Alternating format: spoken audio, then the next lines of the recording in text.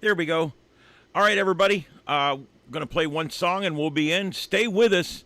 This was the song I made after the last White House Correspondents Dinner.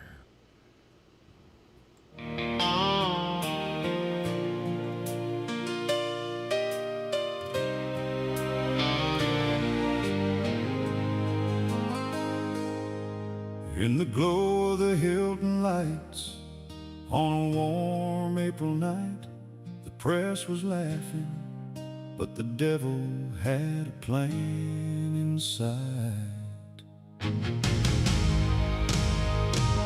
It was the White House Correspondents Dinner 2026. Black ties and ball gowns, the whole D.C. mix. President Trump on stage with Melania by his side. VP Vance and the cabinet, no place to hide. Then shots rang out near the security line. A man from California, Cole Thomas Allen, crossed that line. Guns and knives, he charged right through, fired at the agents, screaming his truth. He wrote it all down in his manifesto, so clear. Target the administration, highest to lowest, year after year. Called himself the friendly federal assassin, full of hate, traveled cross country by train, sealing his fate. Oh, they tried to take him down again. Donald Trump was once more the target, my friend. Secret Service rushed him off that stage so fast. Bullets flying in the night, but he stood steadfast. From Butler to this ballroom brawl, the man's a fighter, he won't fall. Lord, watch over him through the storm, cause the crazy liberals keep coming for the dawn. Attendees dove under tables, hearts pounding like thunder. Chaos in the ballroom, wondering who's going under. One officer down, but the good guys held the line.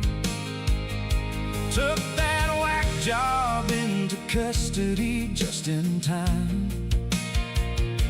Writings full of venom, anti-Trump to the core. Blame the policies, wanted blood on the floor. Trump stepped out later, calm as could be. Praised the heroes in blue for setting us free. Said we'd reschedule the dinner, stand tall once more. But the hate in this country keeps knocking at the door. Oh, they tried to take him down again. Donald Trump was once more the target, my friend. Secret Service rushed him off that stage so fast.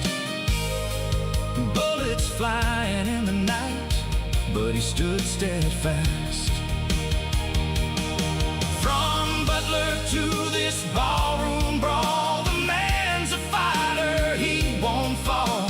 Lord, watch over him through the storm, cause the crazy liberals keep coming for the dawn.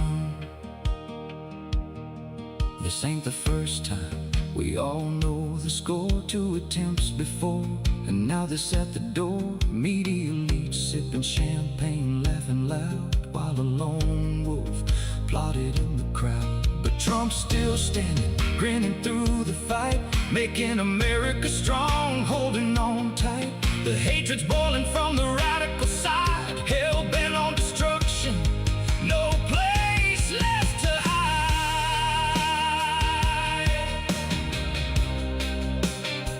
Oh,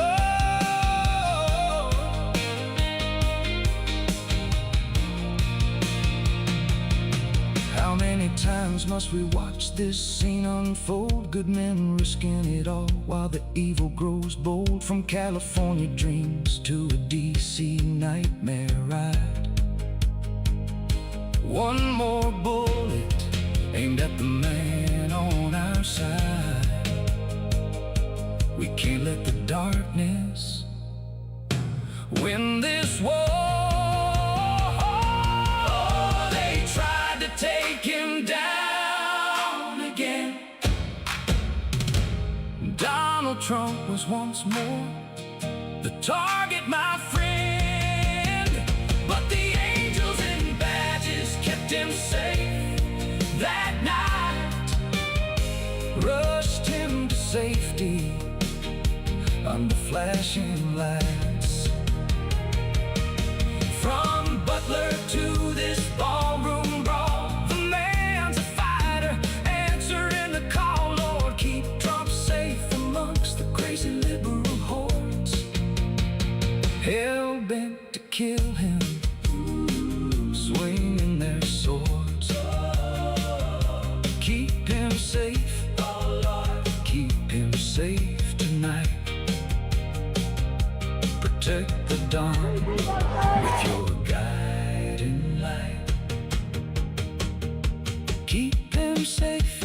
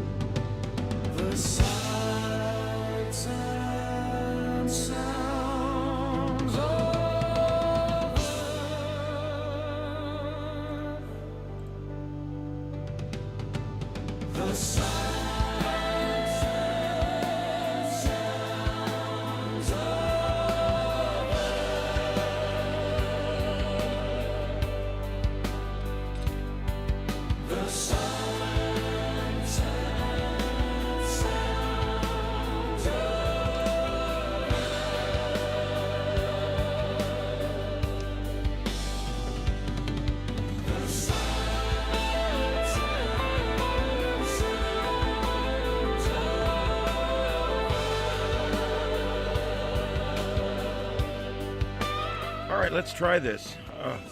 Wow, I had a hell of a time getting everything going tonight. Some nights it works better than others, I guess. Anyway, I am here. I don't know if everything else is working, but I'm here. Let's get this on the right color. There we go. That's better. All right, so hey, everybody, welcome. This is the Sights and Sounds of Earth. My name's Ian, broadcasting live from North Fort Myers, Florida, broadcasting worldwide on YouTube, the world's largest broadcast platform, and we are fiber all the way to Al Gore's house for the internet. So that's awesome. And yeah, we're going to talk about this first. I actually changed my itinerary up once I saw all this damn protesting going on again. This is more ignorant ass protesting. And let me tell you why. Okay, because I'm going to tell you something. I'm at odds with cops a lot. You guys have even seen me on this channel giving cops a ration of shit at a parade. I don't put up with it when a police officer is disrespectful to me. I don't put up with it. That being said, they're police officers. And when they try to arrest you, you don't have the choice to resist. You have to submit. That's the law. And if I was told you're under arrest, pretty good chance that I, 9999 times out of 100, most of us submit to the arrest. But there's always the guy that resists. And for some reason, those people are always on the left. Come on, Ed.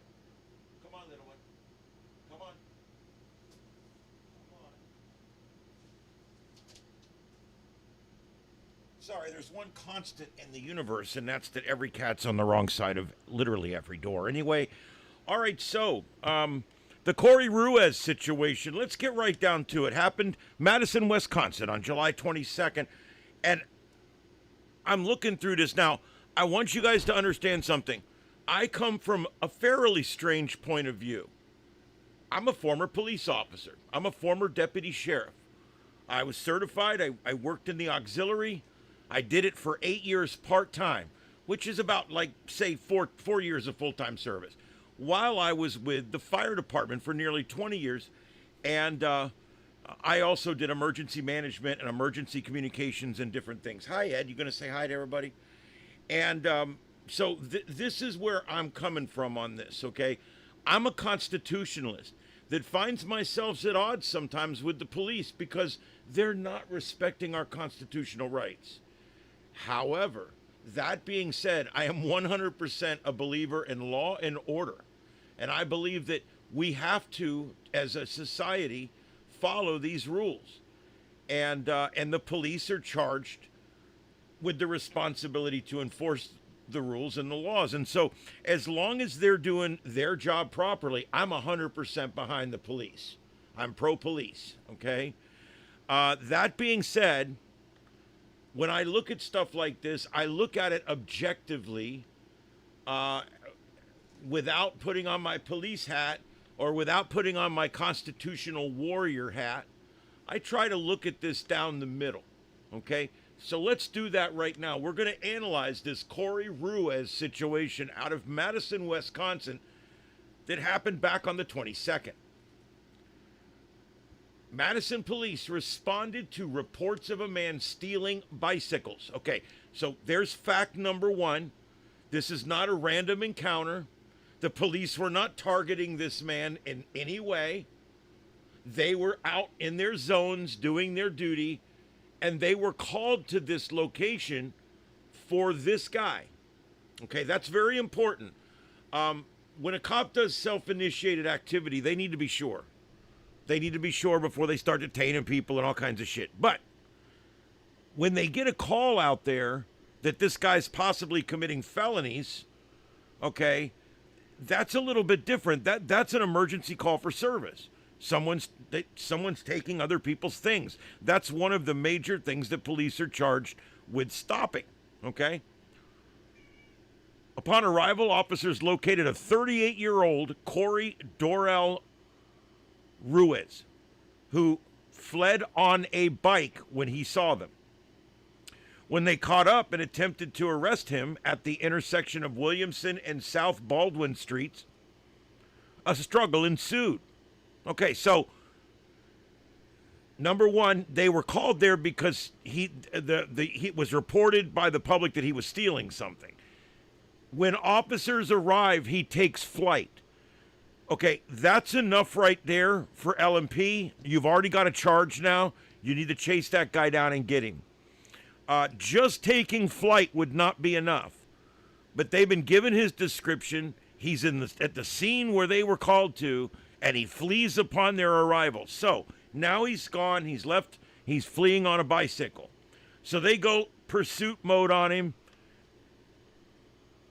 And they probably grabbed him. I mean, on a bicycle.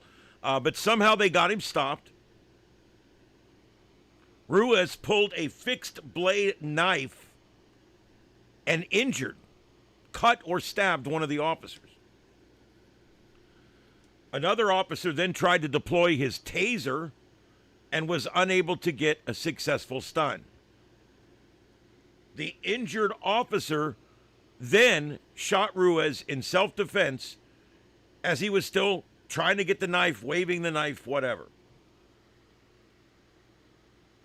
Now, before we get into the next parts of this, from everything I've seen there, it's justified. Now, if he throws the knife down and he can't get to it, you can't shoot him anymore. But it seems like this is a justified shoot to me. This is justified. It's not like, see, they want everything now to be George Floyd. They want everything to be George Floyd. Well, I'll be the first to admit there's two sides to George Floyd, okay?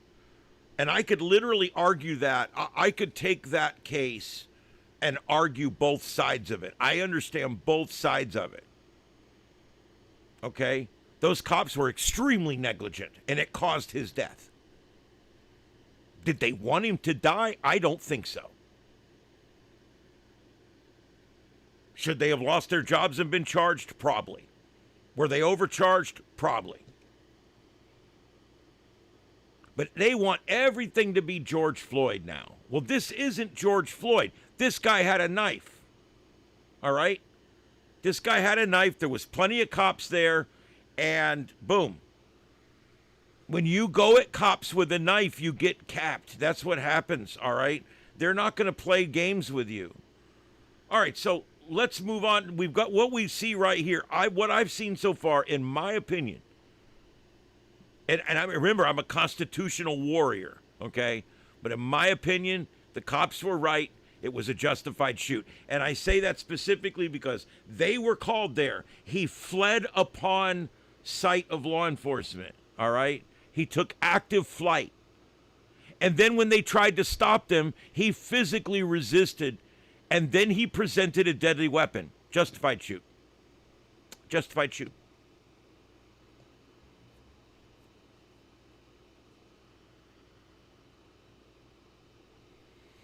I'm the first one to yell when a cop violates somebody's constitutional rights. I don't see it here. So let's talk about this Ruiz guy, Corey Dorrell Ruiz. Extensive criminal history, spanning nearly 2 decades. I mean, yeah, he's a career criminal. Spanning nearly 2 decades, 25 cases in 20 years he's been found guilty on, including multiple convictions for resisting obstructing officers, battery on officers, threats against officers, retail theft, drug possession, taking vehicle without consent. We call that grand theft here, but whatever. And related other offenses. He's been released from prison earlier in 26 and was listed as having absconded from the community supervision. So he was already wanted. He was already wanted. Friends describe him as generally homeless with long-standing drug problems. This was not a first-time minor offender or someone randomly targeted. This is a career criminal that offends and gets a felony on his record on an average of about once a year for 20 years. Okay? So we're not talking about daddy's little angel here, okay? We're not talking about, mommy's little boy. This is a piece of shit thug criminal. And, he fafoed big time. All right. Officers' actions, they were faced with an active knife attack. One officer had already been wounded by the knife. They did deploy less lethal options. The use of deadly force has been deemed as a legitimate response to an immediate threat with a knife. Police officers are not required to take stabbings in order to save someone's life. That's ridiculous. What do you think they're supposed to do? Get their knife out and go knife to knife? I mean, no. The use of force continuum allows you as a police officer to escalate one rung above the force continuum that your perpetrator is putting back on you or a member of the public. Okay, so in other words, if they're hitting you with their hands, you could then go to a baton or maybe a taser if they're actively hitting somebody. But you can't shoot them. Okay, now you walk in there and they've got a shovel and they're trying to hit somebody. That's a deadly weapon. That brings you to the next level on the force continuum. You can then shoot them. So you have to understand how that force continuum works. A knife is considered a deadly weapon. That brings you to the top of the force continuum. The cop could have shot and killed him at any time because he had already escalated to the top of the force continuum.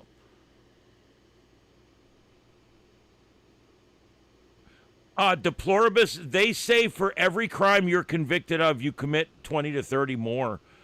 This guy probably commits crimes every day and just doesn't get caught that often.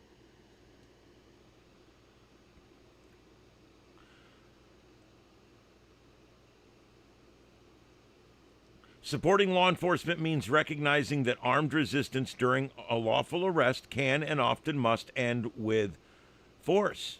Look, even if the cops were wrong here, you take the arrest, you bond out, you go to court. This is how it's done in this system. And then when it's determined that the cops were wrong, you sue them. I mean, this is the way it works in our society. Sometimes you get falsely arrested. With AI and flock cameras, it's going to be happening quite a bit more. But when it happens, you can't resist. You can't pull a gun. You can't pull a knife. You must comply. I don't have a problem with that. That's the way this world works. And I don't even understand what the problem is here. But look, they're out protesting. Let's hear what these geniuses of the world are chanting out here. Why? That's as simple as that. A woman has I'm using left and right ear separately. So tonight it means everything. Let's get something besides the chorus. It totally is. That's how ignorant you are. That's how ignorant you are. I do. Yeah, he's not alone tonight. Hey, no, tell me. Now, I want you to notice what the sign says. They want to arrest the killer. The guy had a knife. The guy had a knife. There's no police green book or blue book anywhere in this country. Anywhere. There's no police manual, no accreditation manual, no statute, no redacted code, whatever. There's nothing anywhere that says that if a man has a knife, you have to run away, or you have to you don't do your job, or don't shoot him because he's just got a knife. Really? That's like a fireman saying, well, it's just the bedroom on fire. My God. The whole house is going to burn up in 3 minutes. I just don't understand how these people get so convoluted. They just want a reason to protest. They want a reason to be anti-Trump. They want a reason to be anti-conservative, pro-liberal, horse shit, whatever they are. It figures the one I put on the big screen's messing up. These correspondents, I listened to about 15 minutes. I listened to that piece of shit Wolf Blitzer go on and on, talking shit about Trump right in his face. I don't know why Trump's there. I would have nothing to do with these people, but I think he's trolling them. I really do. I think he's literally at this correspondents dinner tonight because he's planning on trolling them. I really do.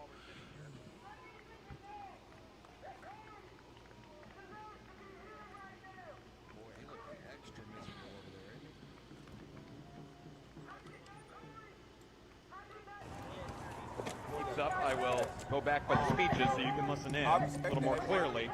Has the right to, I guess you say worship whoever they listen and follow them. My only thing is, coming out here and marching and fighting for my life every fucking day. I let you live freely. Yes, we do. But it's like, I'm going to pray for you, or if you guys go to hell, you know, God's going to judge you. That's just the rules that you got to follow. All preachers are the same. They say stuff like that. I promise you. That every time, every single time, they be like, oh, yeah, our God is only one God, only one true God. Now, I'm going to bring up the obvious right now to most people. This is not an anti-ICE protest. This is an anti-police protest, and there's a difference. These generally get more violent. Different crowd. This is more of a gangster crowd. This is more of a inner city urban crowd. The ICE protests are a bunch of piece of shit beta males and blue-haired females that need Trump and all. And it's a different crowd. This is a different crowd. Now, I'm not saying there's not your blue-haired Trump and allers out there, but I'm seeing people raging and yelling and trying to pump up the crowd as the sun sets. So just keep that in mind. We'll continue to watch here. He shouldn't be dead, but he has a wild view. I am somebody, I may be a man, which I ain't. I may be a woman, which I am, but guess what? I am somebody. What? Shit, is he talking about Charlie I Kirk? may be gay, which I am. I may be straight, which I ain't. He has wild views. It really didn't work out No, for he has me. normal, But everyday I am views. somebody, and y'all are somebody. Well, he And was killed together, because he tried we to are circumcise succeeding his face, in changing this fucked up world. That's that peace. Remember that your life matters. If you're black and brown out there, I want you to know that you matter, that you are loved, that you are enough, and we all are in this together.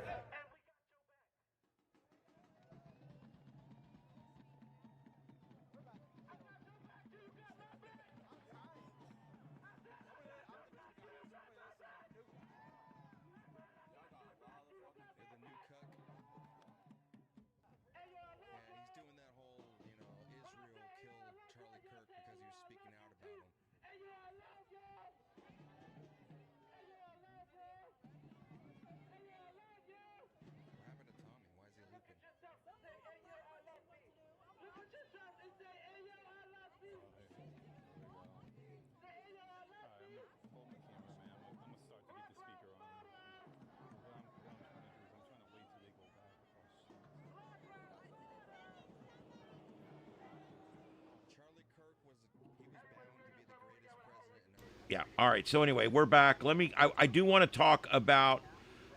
Thank you for letting me know that again, as always.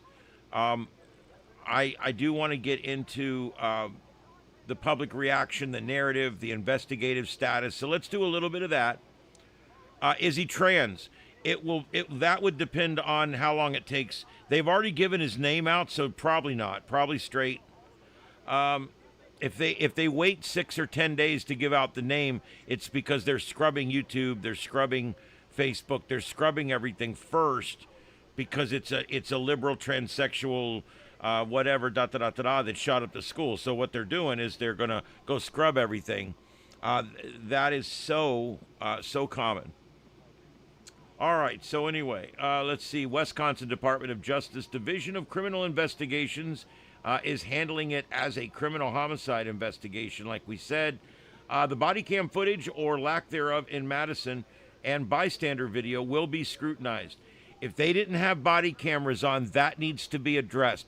No agency in this country. We've got cameras on ICE now. We're getting cameras on federal agents.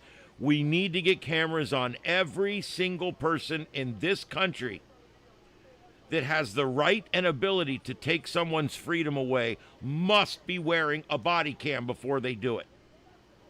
This needs to be put in federal and state law everywhere. We want no one's freedom can be taken away unless you've got a body cam and it's on. That needs to be a prerequisite. I'm getting real sick of, well, they all got issued cameras, but every time something big happens, they were having issues, or the recording didn't happen, or the chip wasn't put in right, or the battery went dead, or we've been seeing a lot of that where the convenient views are missing because of, quote, errors with data. A lot of the First and Second Amendment activist guys are having a real hard time getting body cam footage. Every time they'll ask for it, parts of it will be missing, parts of it will be blacked out. Entire officers' cams, that one didn't download, something happened. We still need to get these cameras to where the officers can't change them. They can only mute them for so long, and they should have to keep them on anytime they're dealing with the public. It's to protect them.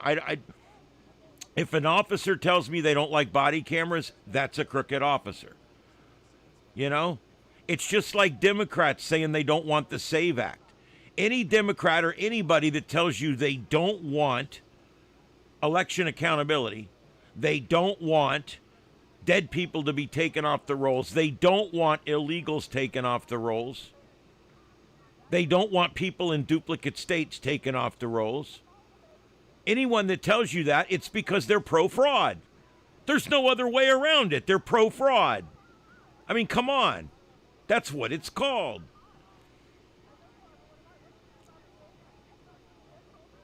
Yeah, I mean, I support cops, but if we can make sure that if they're going to make an arrest, take somebody's freedom away, and basically stand between them and the Constitution legally because something has happened, they need to have a camera on.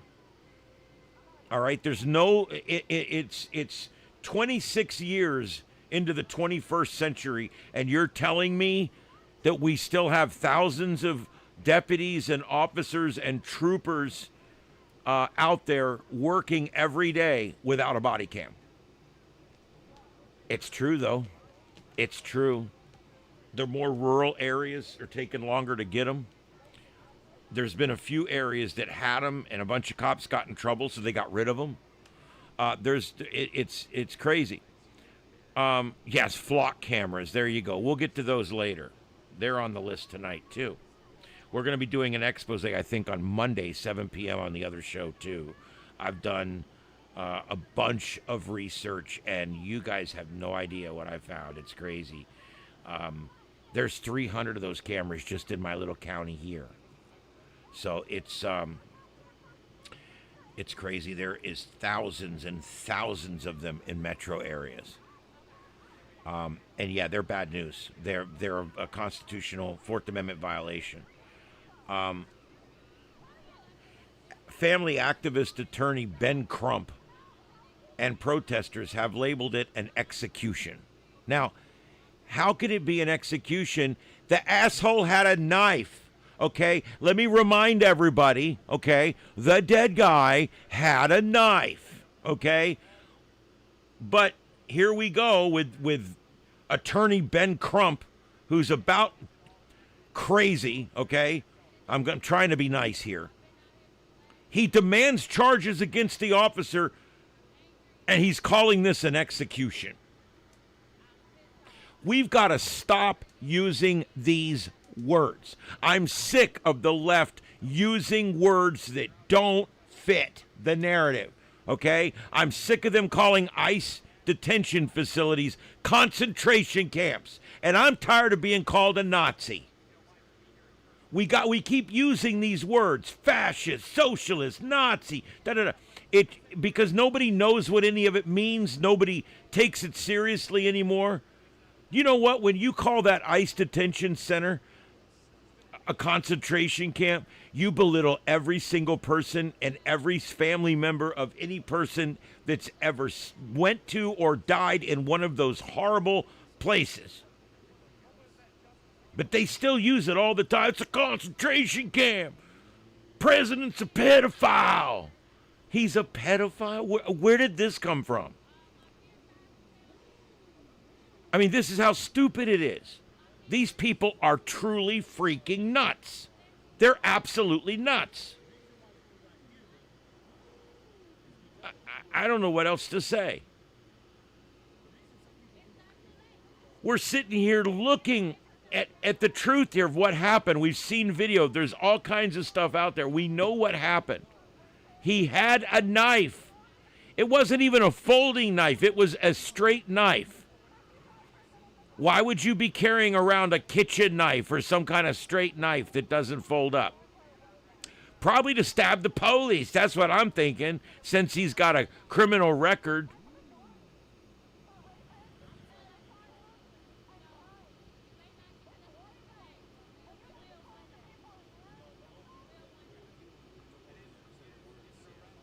I can't understand the delivery thing, guys. We'll talk about it some other time, but I'm way too cheap.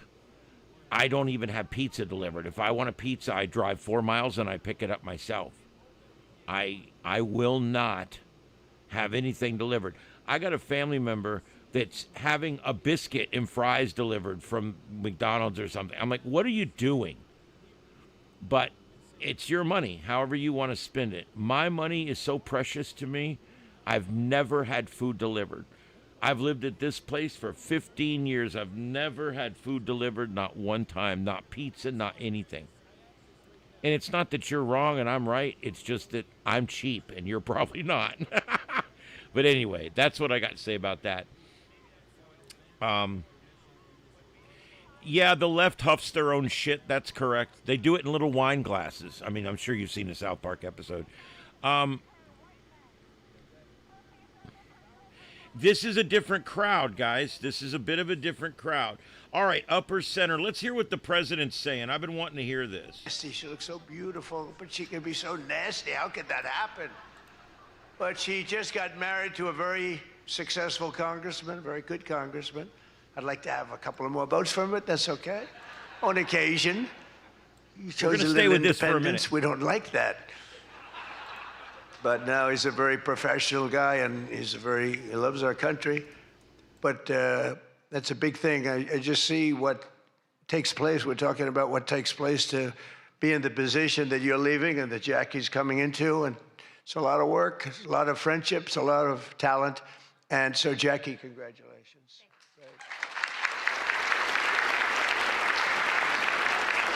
And congratulations are also in order for our favorite White House press secretary, Caroline Levitt, who just had her second child. You and your husband. She's great. She's done a fantastic job. We all love her. She's done a fantastic job. She's another one. She can be nasty.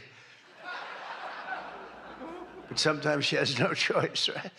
But Caroline may have one of the hardest jobs in the White House. She has to deal with all of you all of the time, and you can be very difficult. You can be very, very difficult people, but I'm probably being a little bit oversensitive. Sometimes I really do think that some of you don't like me. In fact, I read a report, I get 93% negative publicity. 93, so how the hell did I win the election by so much? Think of it, I don't think that's true. I can't believe it's 93. In the 80s maybe, but not 93. But this place is really the largest group of Trump derangement syndrome people ever put together at one time, I suspect. But some of you are lucky that our last dinner was cut short because I had brought with me what would possibly have been, I'm telling you, I had something. I was going to go after you. I feel so badly doing this. It's going to be such a letdown. Oh, yay. But your lives were really in danger the last time for an opposite reason. But on the plus side, your careers were saved, and we really do. We have a complete and total. You know, I love the words complete and total. They say, but it means almost the same thing. I said, it doesn't matter when you say it. It's called emphasis. It's called emphasis. But everyone is now really warming up. The new White House Military Center, drone port, highly protected ballroom. We have our ballroom. The windows are this thick. I said to the people, well, if a bullet hits, what happens? Nothing. Nothing. It bounces right off, sir. This is the greatest bulletproof glass. I said, AK-47. That's supposed to be a big one. I don't know so much about the guns. My sons know a lot. But I said, I know it's big. What would happen? They go up, meaning it can take more. I said, so if I'm making a speech and I hear that pinging sound at a window, what would I do? Sir, leave the room right away, but you're going to be safe. We're building something that's going to be amazing. And in light of what we went through, I think people understand it. It's going to be amazing. A phenomenal, one of the biggest drone ports anywhere in the world, right on the roof, right protecting the White House, not only the ballroom. And what's underneath, you know, is supposed to be a top military secret, what's underneath, but then you get sued as usual, and you have to reveal that you're building this unbelievable situation downstairs with room after room of very complex stuff. It was the military's dream to have it built. I wanted to have a ballroom because for 150 years they wanted it. And then the generals came to see me and they said, sir, you're building something. This gives us an opportunity to do something that will be so unbelievable, never happen again. Because there's very little built under the White House, very hard to build under a very fragile building like that. It's very fragile, it's old, and a little different construction standards, frankly. And this is an opportunity for us to build something very powerful. I said, let's keep it secret. They said, no, we're telling you, sir, let's keep it secret. And then we get sued and we revealed every room, We told the people that did the suing, they're not good people. We told them, we said, you know, you're being very unpatriotic when you bring a suit like this, but it is what it is, but it's really going, it's moving fast. We're ahead of schedule. We're right on budget.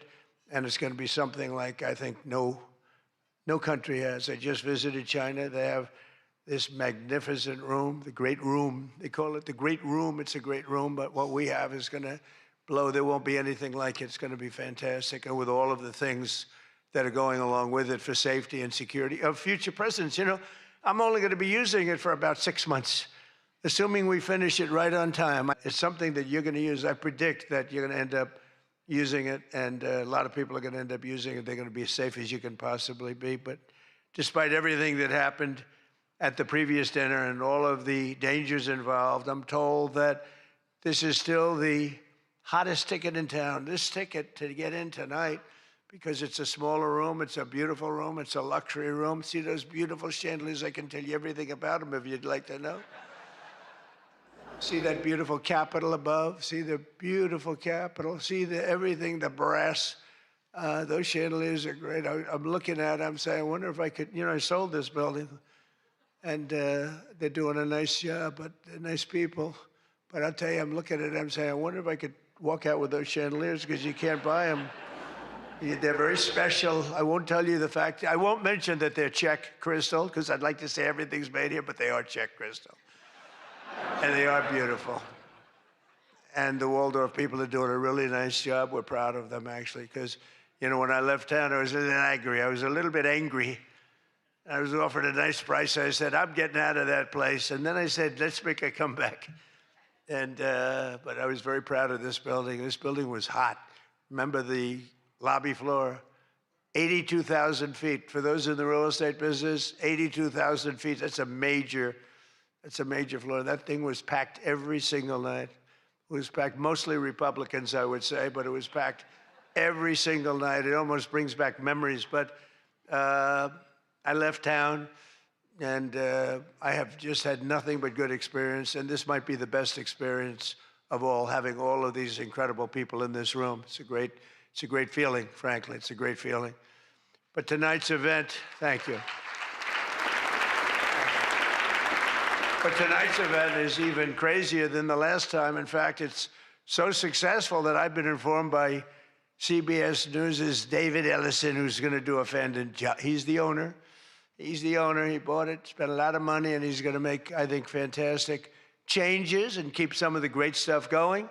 But that next year they're going to call it the Trump White House Correspondents Dinner. He told me that, and I like that very much. We're going to change the name of it, okay?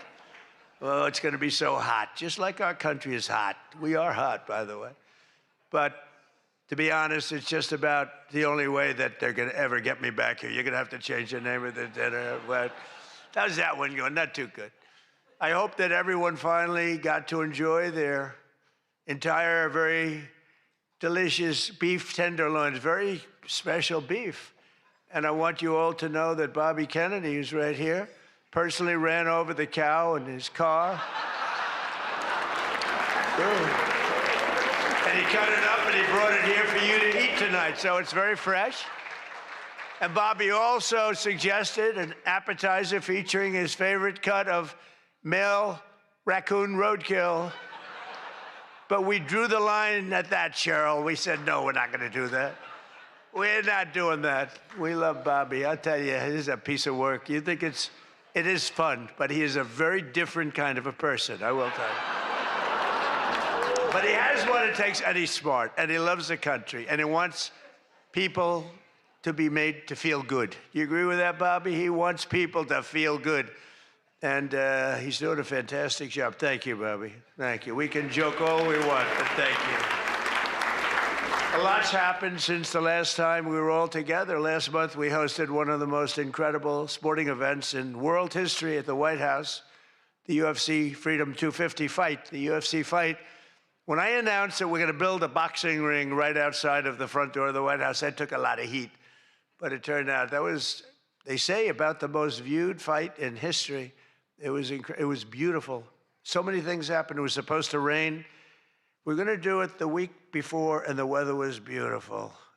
And the weather came and it went, and now we came up to Wednesdays. They said, sir, this was on a Sunday night, replacing 60 Minutes, which is nice and unusual because usually it's Saturday night. And they said, sir, this was from Wednesday on. Tell me about weather, right? Sir, it's going to rain. I think you're going to have to. It's going to be one of the worst storms that we've seen in a long time. It's coming up the coast. It's going to hit you on Sunday night. It's going to be a disaster. I'm saying, can you believe? And you saw the ring we built, Dana White, the great Dana White, and everything. We had the best fighters in the world. Turned out we had the best fights that most people have ever seen, including me. It was just a miracle. But what happened is we're waiting for this rain to come all day long, and it's coming, and it's horrible. And it's 8 o'clock, and we say, I think it hasn't rained yet. I said, maybe we should postpone it an hour. Maybe we should make it the next day. We didn't know what to do. And finally, we just said, let's just have it. And it never rained. It was perfect. In fact, the week before, it was 92 degrees. It was nice, but this was like 72 degrees. And the rain was coming, and it came right over the White House. And it was like, thank you very much. It went like this. And other areas were drenched a few miles away. We didn't have a drop of rain.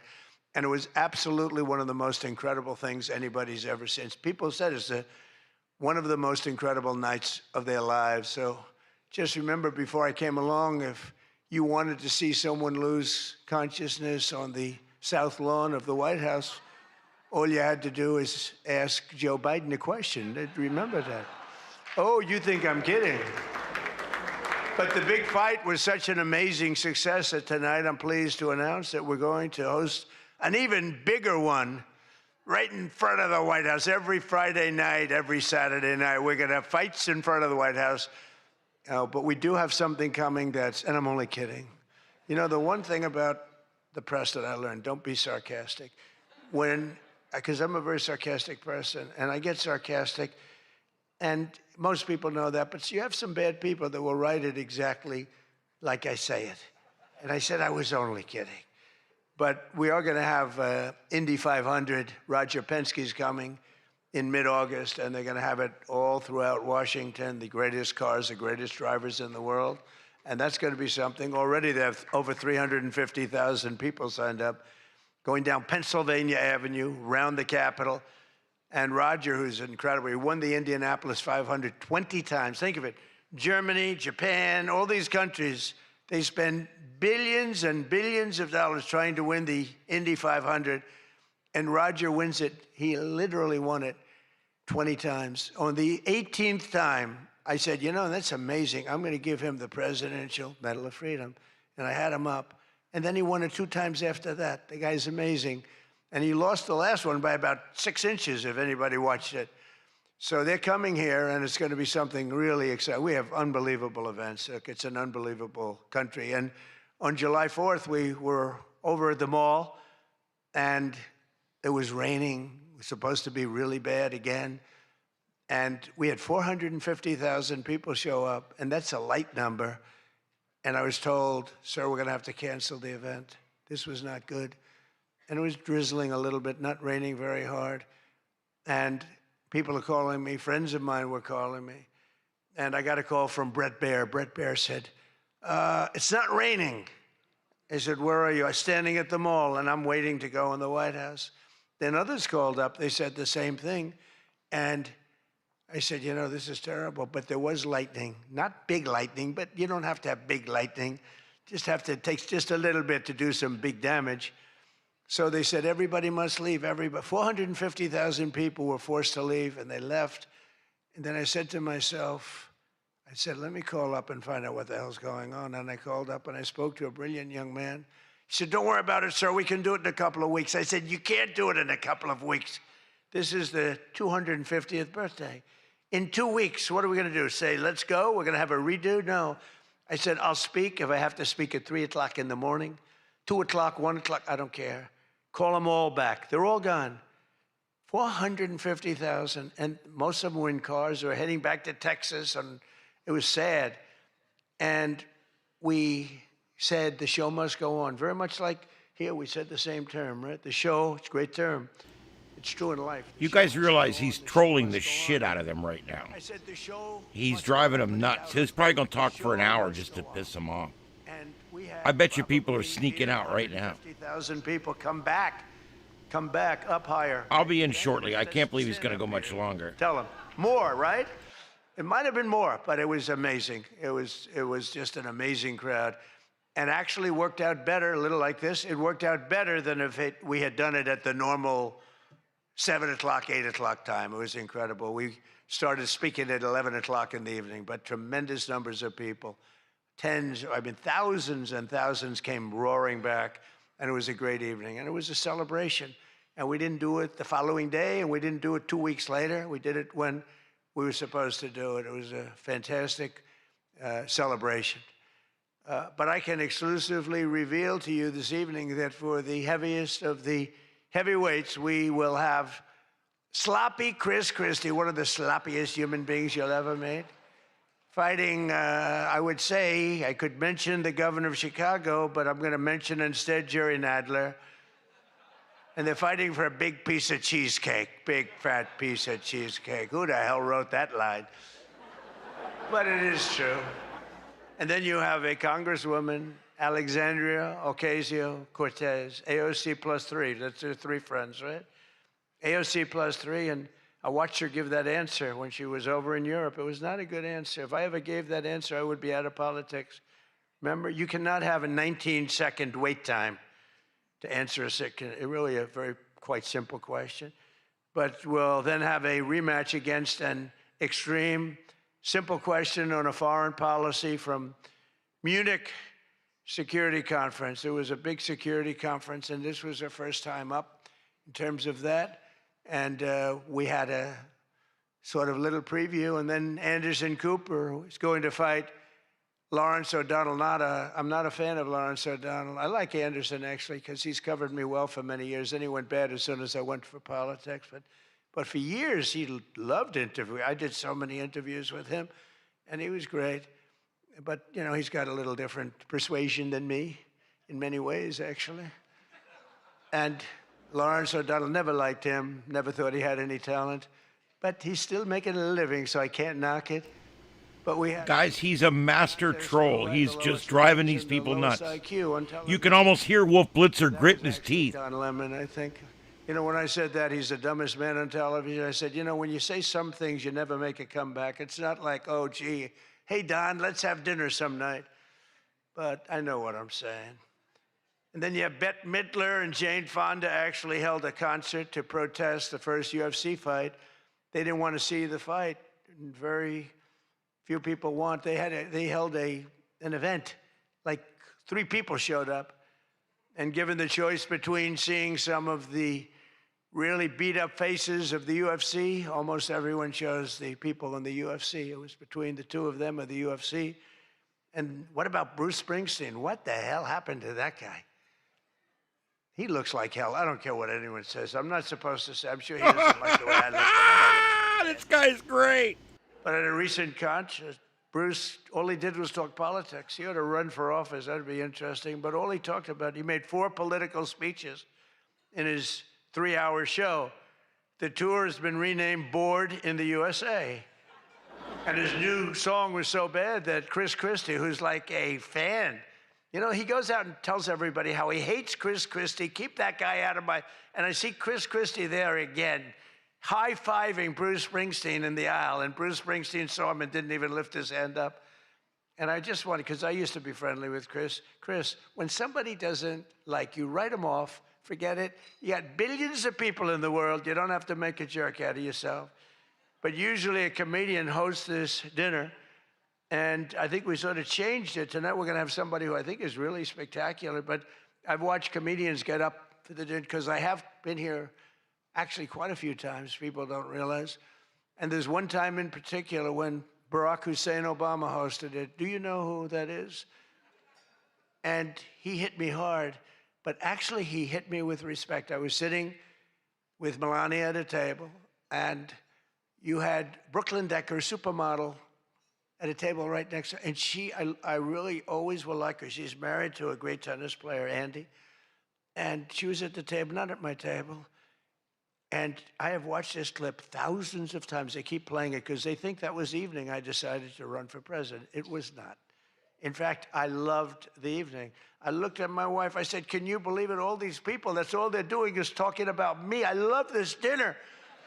It's true. And Obama was nice. It's amazing how things work out. He actually showed a picture of the White House with a big Trump on top. Like I put a sign. And I'm sort of doing that when you think about it, right? I mean, he wasn't really wrong. But no, he was respectful. He was good. And those people are miserable right now. It had nothing to do. I just decided that I wanted to make America great again. This had nothing to do with that dinner. I've gotten so many calls, and for years they've been saying, was that the moment you decided to run? Really, no. I left that night, and the press was there. A lot of the same people that I see, they said, did you have a good time? Unbelievable. And some thought I didn't have, but I did have. And I always remember, though, Brooklyn. She was so angry. She was much angrier than me. She was angry. She thought they were mocking me. And they really weren't. It was just one of those things. And I had a great time. But I left, and I thought I was there 3 or 4 times before that. But I sort of thought, wow, that dinner is really something special. And then I ran. I got elected. I thought the press treated me very, very unfairly. And I don't know. I think I made the right decision, because you hate to go where maybe you're not wanted, but they did want me. They wanted me for ratings, and they wanted me for other reasons, but not for love. And I said, I'm not going to go. First time that ever happened, I think. Was that the first time? Just about. Presidents always came. And I didn't go for 4 years because I got treated terribly by the press. In my opinion, unfairly. I know unfairly because I know the facts, but I got treated unfairly. I didn't go. And this year I was called by your president and your chairman and all of the people, and they said, we'd like to do it. And I said, you know what? With time goes by, time passes, and you sort of look at life a little bit differently. I said, let's do it. And I didn't know it was going to turn out the way it did. It turned out to be the biggest event in the history of your day. That was by far the biggest, right? For all the wrong reasons. But as I said before, a lot was learned from that evening. So much having to do with so many different things, including security. But it's an honor to do it. This is my first. I mean, I've been to it numerous times, but as president, I haven't been here. And I'm glad. And they said, would you do it next year? I said, I will be back next year. Now, if you get really, really nasty, maybe not. I don't know. But we're going to be back next year. And Jackie will treat me very bad. But this year, the association decided not to have a comedian, so they considered using Jimmy Kimmel, Jimmy Fallon. These guys, they're terrible. They're terrible. Stephen Colbert. These are people without talent.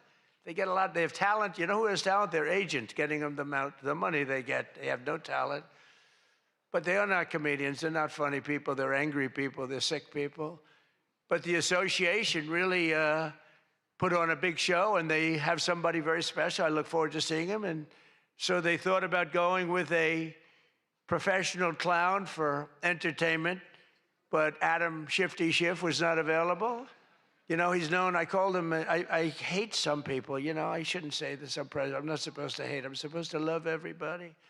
But he's a terrible person. He's a liar. And I called him Watermelon Head because he has the largest head I've ever seen. He is trolling everybody, dude. How does that big, fat, ugly head stand on a little pencil neck? And then I'm told that even Rosie O'Donnell reached out from Ireland. She really wanted to be here in order to honor me. She loves me very much, and she was desperate to come back to the United States and pay her respect to Donald J. Trump. But that didn't work out, unfortunately, because nobody wanted her to come back. But she's one of the greatest sufferers of Trump derangement syndrome. She's a sick young woman, sick older woman, I guess now I have to say. So instead, we're honored to have, for entertainment, the very talented mentalist, Oz Perlman. And everything to everybody. They said, are you going to stay? I said, yeah, I'll stay. I mean, I think I'll stay. What the hell else am I going to do? I've got Iran, I've got this, I've got that, which is all going extremely well. Don't believe the fake news. You know, it's the only thing I've ever, we were talking before, I said, so we've hit Iran very hard. Their Navy is gone. Their Air Force is gone. 250 jets, no longer. 159 boats, good boats. In fact, I said, why the hell didn't we keep them? We could have used them. But 159, but all at the bottom of the sea. They have no radar. They have very few drones left, despite what you see. And every once in a while, they're going to set some things up, but they don't have much left. And by the way, they are talking to us right now. They'd love to make a deal. I don't think they're ready to. I don't think it's time yet, but I'm willing to listen. But they cannot have a nuclear weapon. We don't want to see Washington, D.C., or any of our cities, or Israel, or frankly, the Middle East, destroyed with a nuclear weapon, because I know the power of nuclear weapons. I see it. I get to see it. We're not going to let that happen. So this is all about, we will not let them have a nuclear weapon. And they would use it. They would use it if they had it. But Oz, I do have one question about what happened that time, because he was there. How the hell did you not see that coming? He sees everything. He sees everything. He's telling me about your grandmother and your this. Why the hell didn't you? We got to ask him that question when he gets up here. Why didn't he see that coming?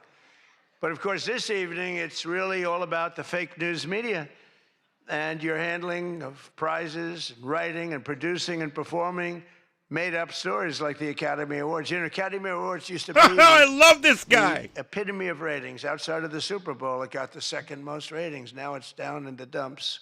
Nobody wants to watch it anymore because they took on Trump. They hit me all night long. They hit me. The winner is so-and-so. I want to talk about Donald Trump. I hate this man. Nobody wants to hear this stuff. Right, Peter? Nobody wants to hear it. You ever see the ratings? They used to have 48 million people. Now they have 2 people watching. But they'll learn their lesson. But I want to personally congratulate CNN's Caitlin Collins on receiving her award. It was all about me. It's a fake. She shouldn't get the award. It was a fake. But I didn't mind. I said, Caitlin, congratulations. But it was fake. There's no question about it. But she's a young, attractive woman. She never smiles. I said, Caitlin, do you ever smile? Smile. You have a nice position. You're at CNN Fake News. You should be a happy person. So smile, Caitlin. Just smile. But we attack, and I thought Caitlin had really made it big with a major new sponsorship, but then I informed her that it wasn't her on the Bud Light can. It was Dylan Mulvaney. And Dylan Mulvaney cost Bud Light $35 billion in market cap. That was the worst commercial ever made, by the way, for those few people that want to hear that. Most people don't care, but I would. I wouldn't want to hire Dylan anytime soon. Think of it, they hired Dylan Mulvaney, and their market cap has gone down by $35 billion. Who wrote that commercial? And then you have Man, he's going way back. Dorsey. He also received, he's been killing me for years. No, he's been, and yet tonight he shakes my hand, he hugs me, everything nice. He kills me. Josh is amazing. He writes more stories than any human being. There's nobody that writes more than Josh. He'll write 4 stories about me a day, all different subjects. I mean, I had the other day 3 stories and one on the, he was upset about this. 1 was on page 7, 3 were on page 1. They were all written by Josh.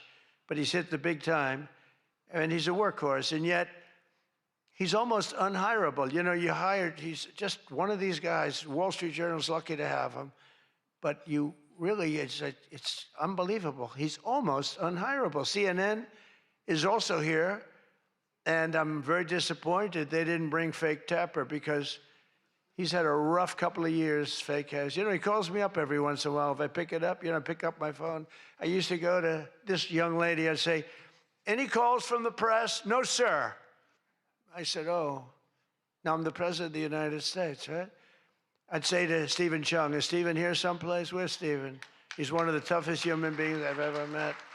Don't ever wrestle Stephen, you'll be in big trouble. But I say, Stephen, let me ask you, did the press call? No, sir. You know, when I was a developer, I'd get a call every half an hour. For whatever reason, I always got disproportionate press. So I said, Stephen, nobody called? No, sir. 2 hours later, I say, hi, Steve, how are we doing? Everything good? Anybody call? No, sir, no press calls. I said, I'm president. Nope, they never call. So this went on for about a week. I'd say, Caroline, did the press call? No, sir, no calls. I said, nothing. It's over a week. I haven't received a call. So I said, you know what I'll do? I'm going to give the press my phone number. That was the stupidest thing I ever did. I'm getting a call every 3.7 minutes. Stephen, I don't know where the hell you've been, but the press calls, I'm getting calls, ring, ring. I was with somebody today. They said, I've never heard a phone ring as much as it's fresh. Now, I look at the thing and usually just delete, delete, delete. Every once in a while, it'll be one of the people in this room that I like, and I'll pick it up. Like this one right here calls me on occasion, right? She'll call me and she says, hello, sir. How are you? We want to talk about some horrible subject, like a horrible, depressing subject. I say, Jackie, I don't want to talk about it. Congratulations, however, on your new marriage. But I don't want to talk about it. But it's true. And people call me now. And so for weeks I go, no calls. And I learned then that both of them, they feel that I'm doing a great job. And they feel I'm above it all. And that no person, hundreds of people call, no person is good enough to talk to Trump. And so we don't even bother telling you. That's not the way it works, Caroline. You have to let me know, because sometimes I do like to speak to the press, but now I have the best system I've ever had. It rings, and just so you understand, you're much better at putting your name, because if there's no name, I just can't do that. You know, I pick up every once in a while. Hello, I'm from Reno, Nevada. We're a startup paper. We're calling us the Reno Express. I said, do you believe I'm the president of the United States? Mr. President, could I have your views on Iran? And I just hang up. No, I get the craziest calls. I mean, some of them, my wife said, I can't believe you do this. This is a hell of a way to live. But sometimes they get calls from very important. Sometimes I can straighten out stories that are going to be fake, and I can make them from a fake story to a good story. I always find that when you don't speak to the press, you always get a bad story. When you do speak to the press, you have a shot at getting a good story. Oh, look. No, look, if I were a reporter, and let's say I'm a big reporter, I work for the failing New York Times, or I work for, well, I don't know, do they ever come to these dinners? Didn't they cancel out a long time ago? Big mistake. They should be here. But I get a call. I've always found that, you know, speaking to them, you just do better. You do better when you can, when you have the time. You speak to the reporter. You treat the reporter with respect. Man, he is Sometimes, trolling. I'm still here. I'll be coming back as soon as he's done. You can be so nice to them, it doesn't matter. You get treated unfairly. But you have a lot of great reporters where when you speak to them, you can get your point across, and that's a good thing.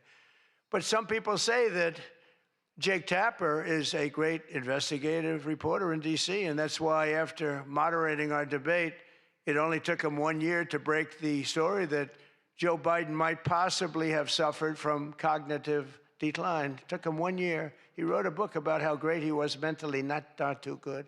And I don't like Biden because Biden was very unfair to a lot of people. But Jill Biden insists that Joe would have beaten me in 2024, even though he was way down. She said he was way behind in the polls because he was seriously ahead. She felt he was going to win because he was seriously ahead on deceased voters. He was leading in the deceased crowd, and there were a lot of them. You're finding out there's a lot of them. Look at the numbers that just came out yesterday.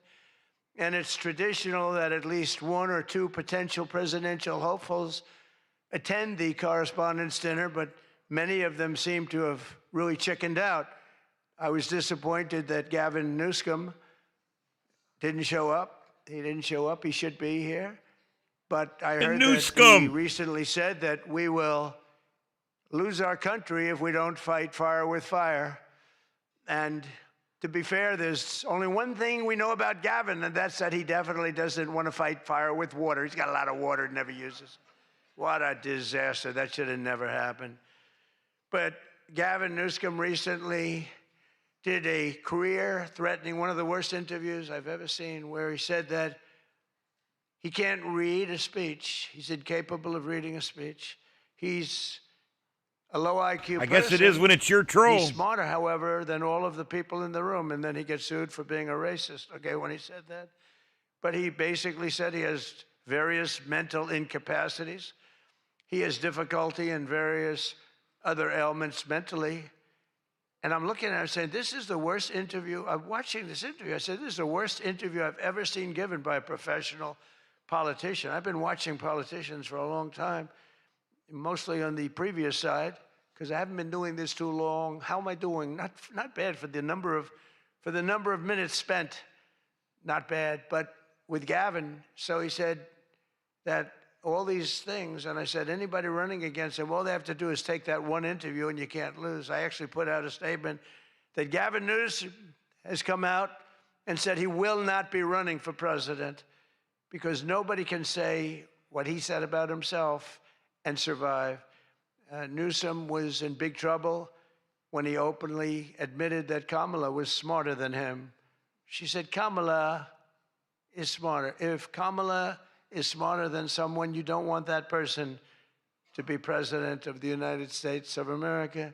Between California's policies of enabling wildfires, paying drug addicts to be homeless, giving free sex changes to illegals, and telling rich people they're going to take away, all of your money is going to be taken away. People are fleeing, and they're fleeing in droves. We can't have that in this country. It's becoming such a horrible and dangerous location that Ilhan Omar, one of my favorites, and her brother are thinking about moving together, very much in love. The video has surfaced recently of Ilhan giving a speech referring to World War II as World War XI. And they asked her about that. She thought she got it right. But I'm not surprised because she's a low IQ person. And she's also a very dishonest person, and she ought to get the hell out of our country. She shouldn't be here. She shouldn't be in our country. She also calls her brother husband number one. Omar is reportedly being investigated for fraud. She revised her net worth. I was shocked to see that she was worth much more than $30 million. And then when the press got on her, she revised it slightly downward to less than 18,000. So she went from much more than 30 million to 18,000, and I know Democrats, and the word Democrat is something that's come into fashion. I changed the E with a U, and most people don't know that dumb has a B, so we don't have to worry about that. I thought it was quite good, but I haven't gotten much credit for that. Fake news, good. Pocahontas, good. I won't say Lion Ted because he's on my side. I don't talk about past conquests, but we have a lot of them. I won't talk about it. They got a whole table full of Republicans there. They're saying, no, don't mention my frickin' name, will you please? But we've had a lot of good names. But the Democrats are there to destroy wealth. And honestly, they've gone absolutely crazy. Gavin Newsom's not only a man who really wants to run for president, he's doing a bad job running a state. You can't have somebody like a J.B. Pritzker, who I understand is not present, sadly, but, some people say, never use the fat word, and I don't. I would never call anybody fat. I have my own problems, It's not like I'm perfect. Sir, in the back, don't call him a fat pig, okay? I'm sticking up for him. Don't call him you. You can't do that, sir. You can't call J.B. Pritzker a fat pig, please, all right?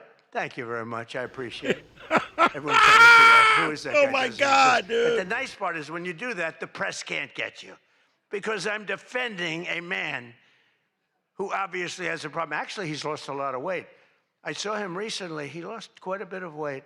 I don't know what the hell. He's got no chance, believe me. Anything he does, the family threw him out of the business. A number of other potential Democrat contenders sadly refused to show up tonight. We invited Elizabeth Pocahontas Warren. She's referred to Pocahontas because, in fact, I had to apologize. People came up and they said, we want you to apologize to Elizabeth Warren for calling her Pocahontas. And I ended up apologizing to the real Pocahontas. But Elizabeth Warren was supposedly of Indian heritage. And then she took the test, and she only had 1,024th Native American. And I said, you know what? I think I'm more of an Indian than she is. So this is what we have to deal with. But Senator Warren did not accept our invitation to debate. I wanted to debate her on various and sundry things, and she decided not to do it. And I decided to bury the hatchet. It doesn't matter. And well, I'm not going to say this next one. Do you want to hear this one? How bad? She wasn't high up on her totem pole. Who the hell wrote that? No, she's bad news. I wanted to make sure that Jack Smith, deranged Jack Smith, remember he went after me for about 2 years? How did he do? Not too good. I'm in the White House and he's not doing as well.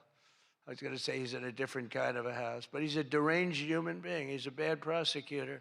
You know, prosecutors are very important. A great prosecutor, a fair prosecutor, but that's the great prosecutors, the ones that are fair. They're very important to a country, but this guy was a deranged lunatic. Saw his invitation tonight. He was invited because, you know, but I put it in a private text to Chuck Grassley.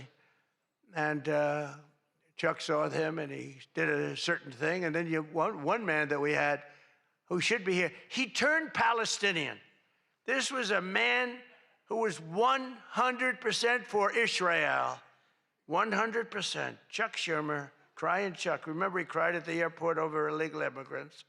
They were the fakest tears. There were people throwing water in his face. But now he's a proud, very proud Palestinian. In fact, I'm going to send him a beautiful Palestinian outfit tomorrow so he can greet Bibi Netanyahu when he comes to town next week. And when he says fake news, take a shot. Bibi.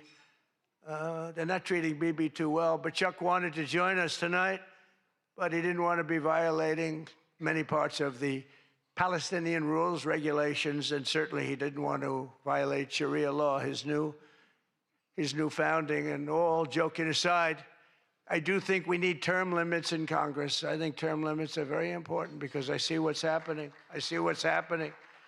The other day, a senator I knew got a text, a great guy, from his wife. And she said, when you get home, I want to have you immediately come up the stairs and make love to me. And he said, I can't do both. You know what? You know, in other words, can't go up the stairs and make love. Does anybody get that? Well, I thought that was actually pretty good. That was actually the only thing I thought was good in this whole frickin' stupid speech that they wrote. That was the only good one, and that went down with not exactly great laughter. I think, you know, in other words, you can't go up the stairs and make love, too, you know. So we're looking for term limits. Does anybody understand this stuff? But I really do wonder whether the Democrats are trying to lose the midterms. In Maine, they nominated a guy with a Nazi tattoo. But don't worry, Democrats. Word is that Plattner's replacement, he throws bottles at women. This guy throws bottles. This guy's another lunatic, by the way. Although I think Plattner might have done surprisingly well because we're in the age of Trump. Call it what you want. People can do well today. Plattner, I don't know. But, you know, people don't have the guts to stick it out, but it looked like he was guilty of a lot of stuff. He certainly didn't defend himself very well. In Texas, he is completely off prompter. He's just going on. Telefrico, who hates guns, hates oil, hates sex, hates women, and who said he is, quote, a Christian who hates Christianity. Other than that, I think his platform is quite good. And that means that he's not going to do very well against Ken Paxton, who hopefully in Texas is going to win. But Telefrico, he's Alfred. You know what he looks like to me? Alfred E. Newman. Do you remember Alfred E. Newman, Mad Magazine? I said, that guy is Alfred E. Newman. Can't imagine he'd win. Well, I have all of the press here in one place. I have to say that we're having an amazing load of accomplishments that the media never talks about. For example, under my administration, a once feared and powerful regime that relentlessly attacked America has finally been toppled. Their former leaders have been removed, and they're now being run by a gay dictator facing internal divisions. But I, for one, wish Barry Weiss all the best at CBS News. She's a wonderful woman. Most of the press lives here in Washington, D.C., and you should be thankful for me for what my administration and I have done to make our nation's capital, which was one of the most dangerous and unsafe cities anywhere in the world, one of the safest cities in the United States. Crime is down 88%, and our capital is shining again with 62 monuments, statues, water fountains looking more beautiful. The graffiti's all gone. The tents are all moved out of the parks. The fences are all done. Our capital looks like it's really in good shape.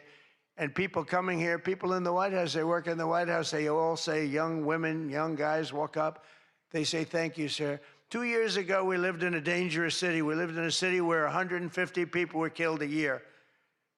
And now we have almost a crime-free city. Our National Guard has done an incredible job, and we've removed over 5,000 career criminals.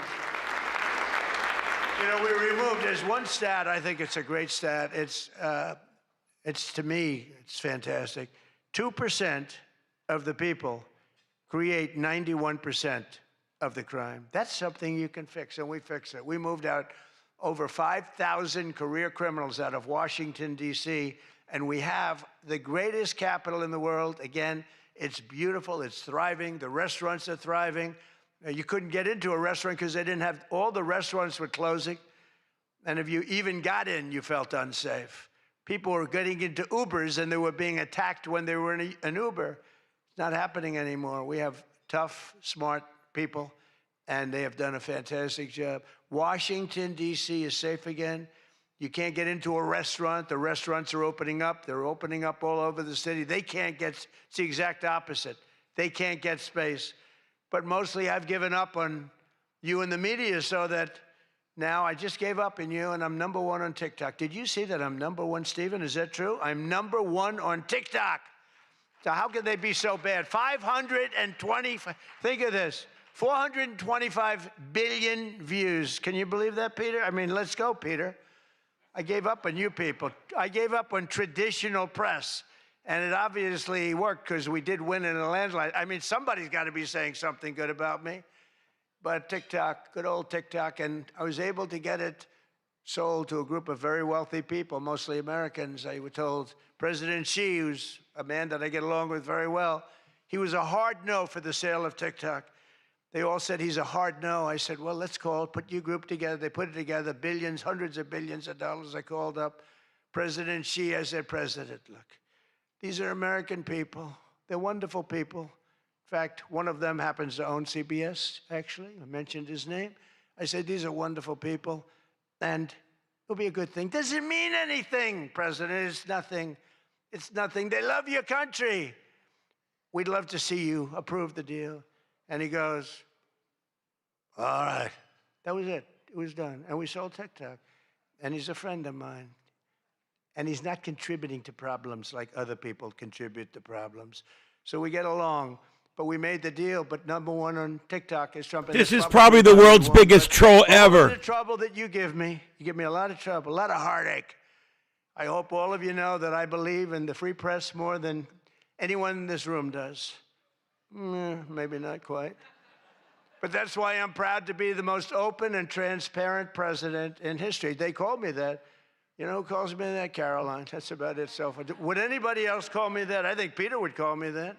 Am I the most transparent? Biden never used to answer your questions. He'd ask Biden 20 questions. He'd never get an answer.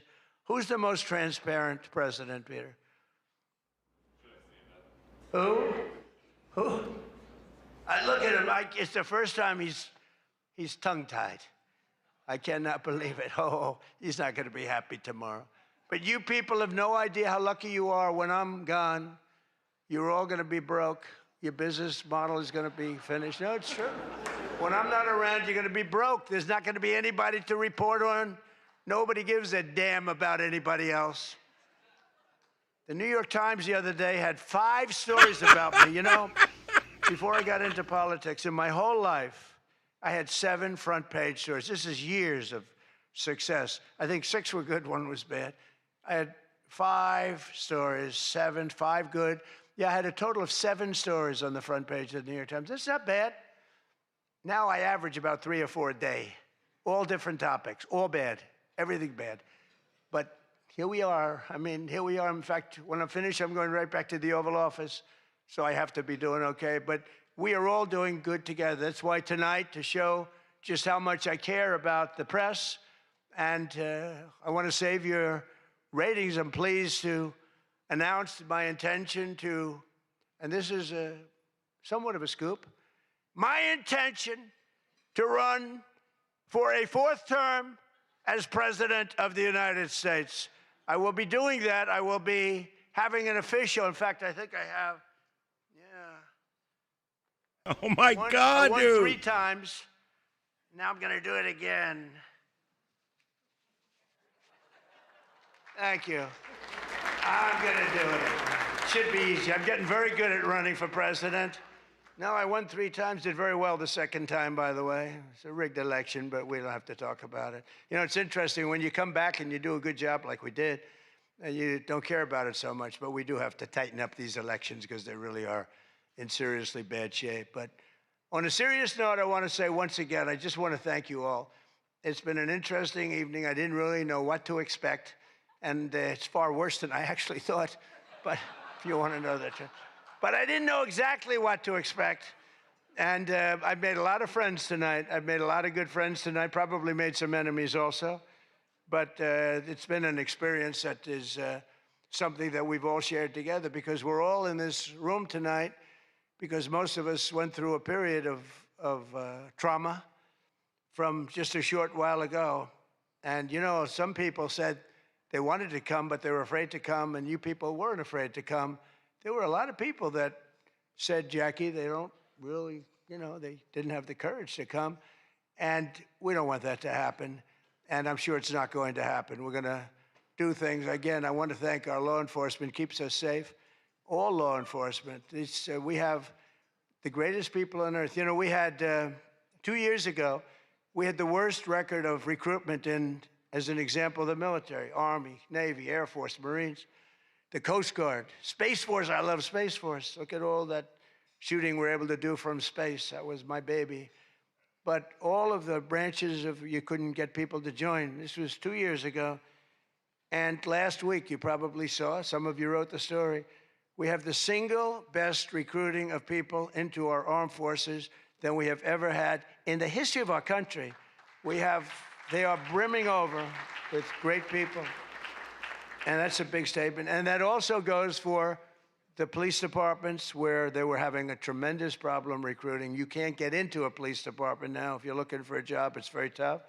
And that also includes our great fire departments, because people forget about them. They're unbelievable, the job they do.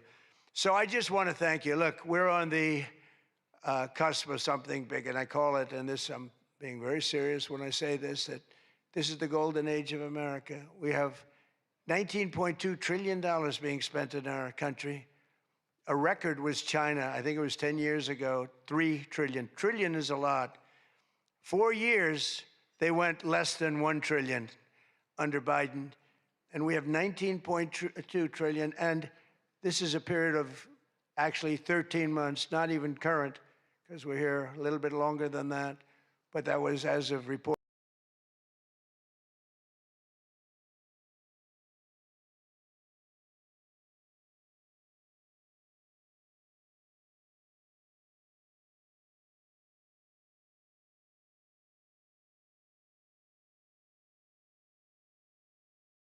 Dates.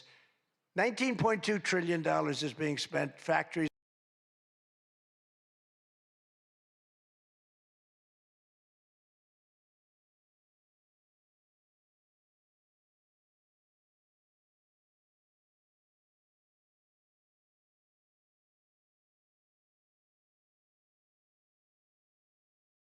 Just announced they're going to be building the biggest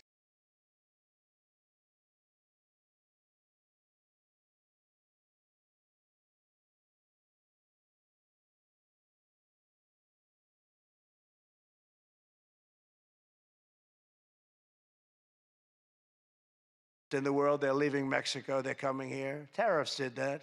Tariffs did that.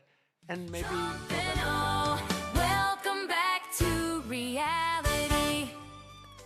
Is that special someone in your life screaming at the TV every time they see our president? Crying in public because literally Hitler just tweeted? Still wearing their Teachers Union supporter shirt from 2012 while yelling fascist and Nazi? Well, help is finally here. Introducing Trumpanol, the leading treatment for acute Trump derangement syndrome. For one reason, to make America great again, and that's what's happening right before your very eyes. We have made America great again. It's going to get a lot greater. So thank you all very much. It's an honor to be with you. Thank you. Thank you very much.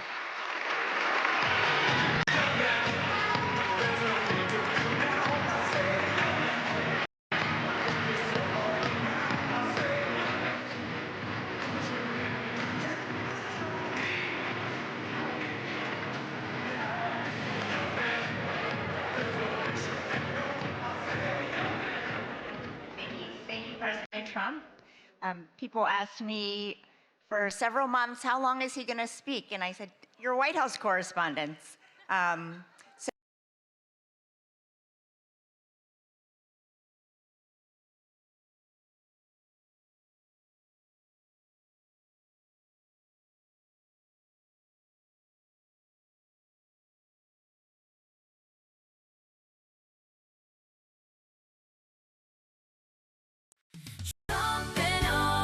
Welcome back to reality. That special someone in your life screaming at the TV every time they see our president? Crying in public because literally Hitler just tweeted? Still wearing their Teachers Union supporter shirt from 2012?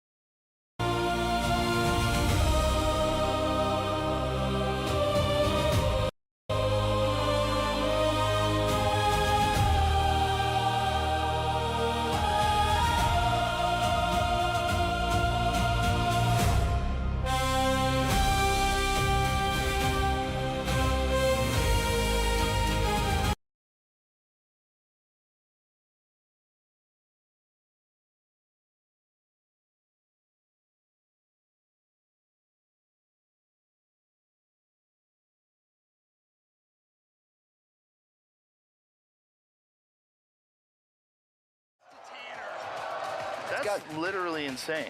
It's like shattered. All right, guys, bear with me. I'm trying to get everything back up again. This is absolutely ridiculous. I hate Windows 11. This crash brought to you by Bill frickin' Gates. That was pretty much it for the speech. Man, he trolled the absolute F out of those people, dude. I have to admit I'm very impressed that he did that. That was amazing. Holy crap. All right, let me see if I can move this. Put that there. All right, give me just a second here. And I'm going to turn off number 2 and turn off the cover screen.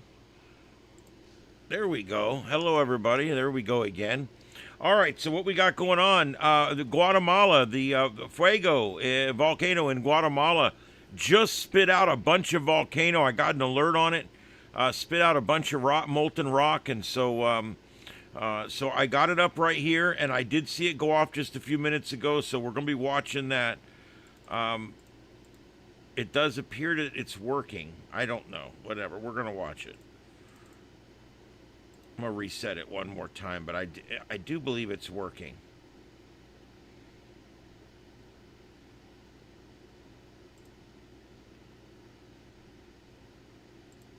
Yeah, that's live.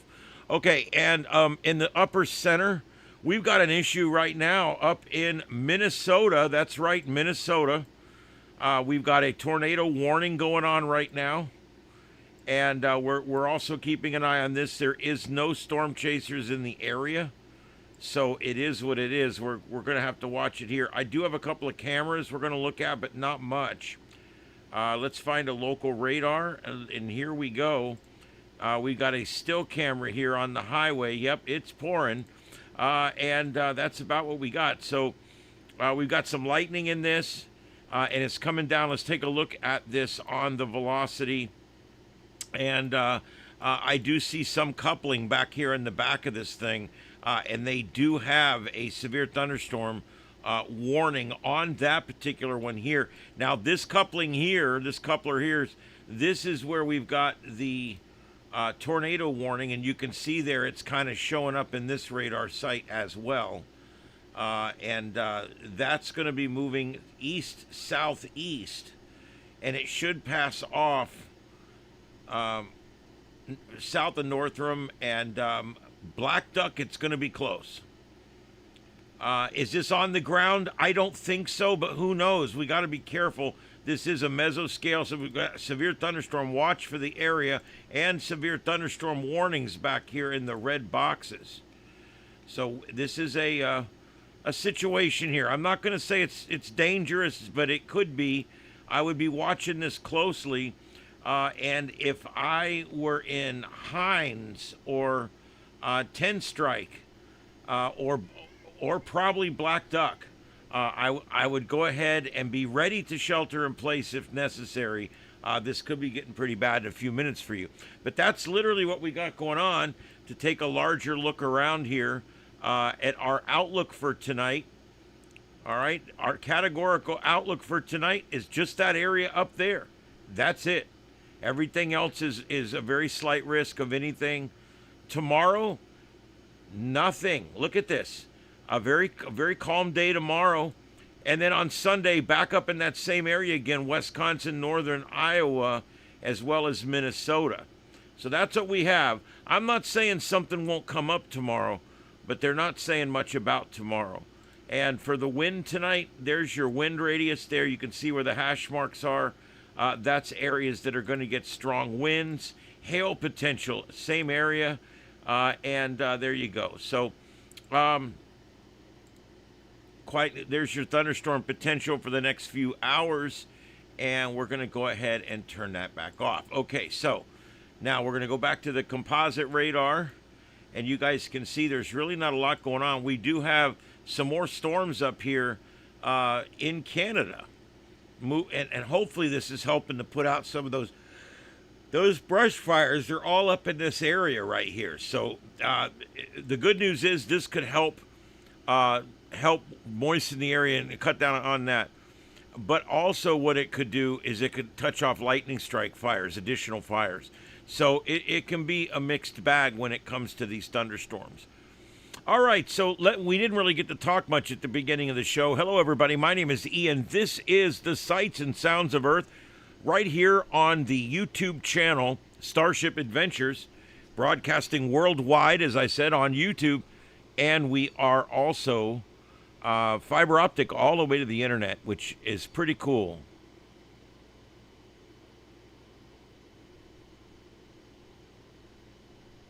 You know, I was down to sleeping about 4 or 5 hours a day, but over the last 4 or 5 years, it has slowly worked its way back up to about 7 hours a day. As you get older, you need a little more rest, and I'm working on being a geriatric here, so there you go. All right, let's see. I'm going to leave the radar up there. An update on Dad Kitty. Daddy Kitty, he is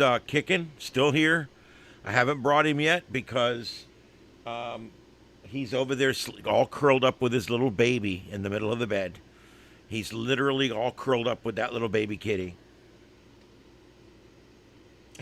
It's so cute. Oh my God. So anyway, he is hanging in there. He's eating twice a day, sometimes 3 times. I bought these little strip things I've been trying on him that you just let him lick.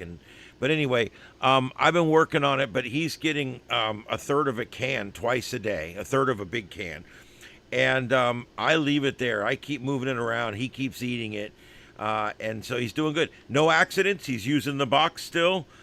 He's very weak.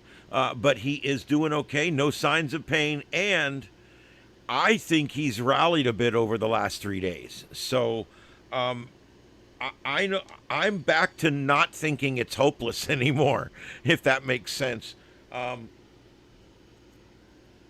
He's a fighter, that cat. He's been around a long time.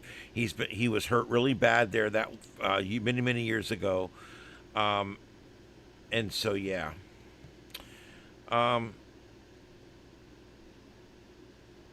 Yeah. Okay. So let's finish talking about the Trump speech. That was some of the better trolling I've seen in a long time. Certainly better than the amateurs that come in here anyway. Wow, dude, he called out just about everybody. Who did he miss? He got Shifty Shift. He got Pocahontas.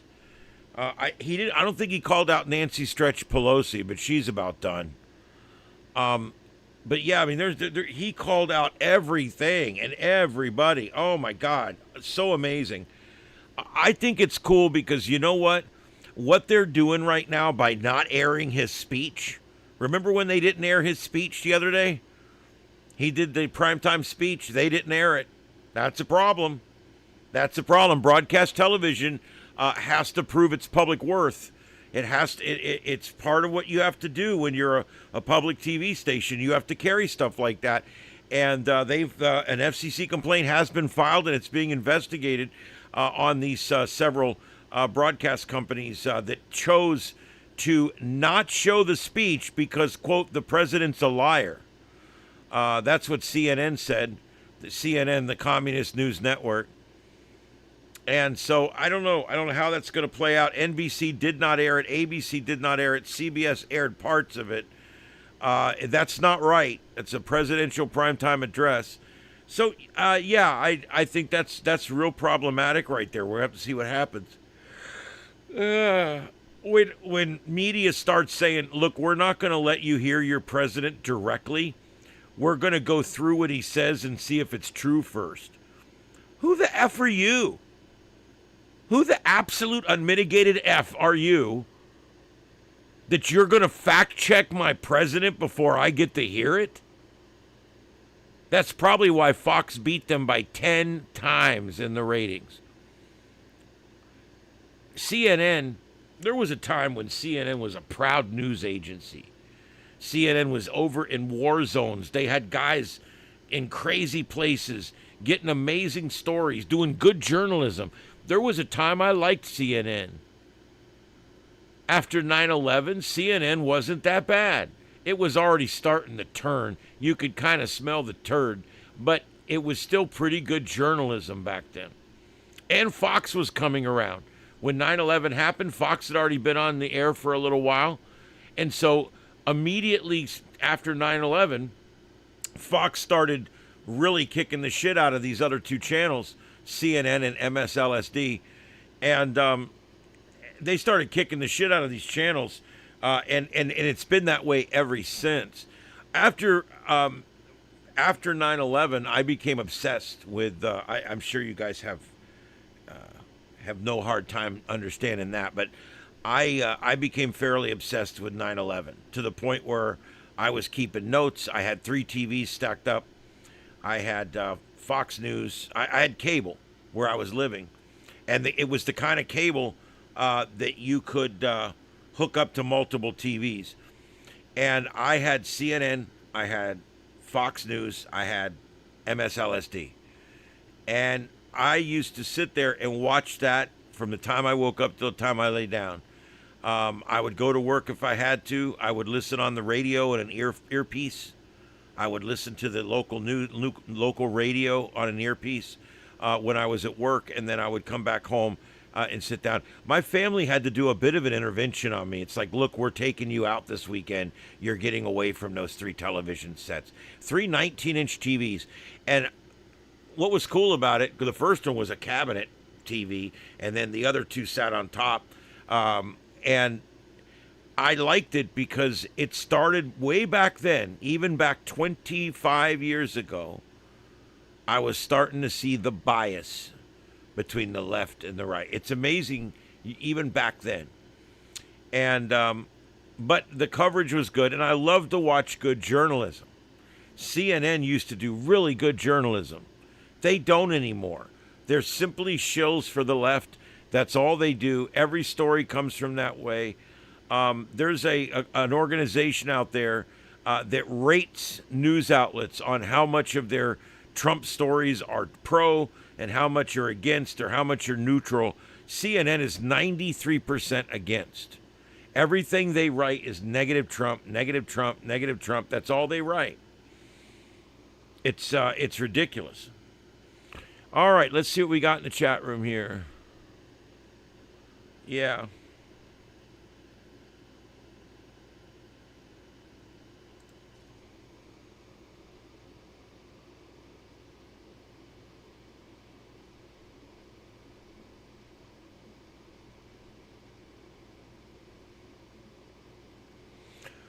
All right, and I wanted to remind you about the sponsor for this half hour. This half hour of our show is sponsored by Butthurt Cream. This is Trump and All Butthurt Cream by the makers of Trump and All, the #1 treatment for Trump derangement syndrome.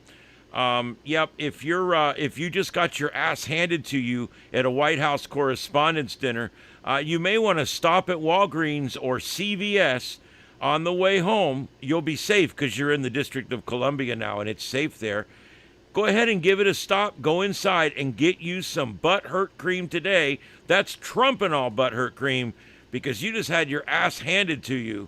And when reality sucks and it's a real pain in the ass, get Trump and All butt hurt cream.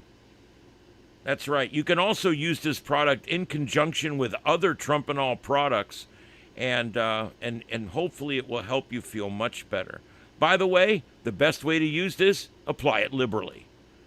Trump and All, the #1 treatment for Trump derangement syndrome.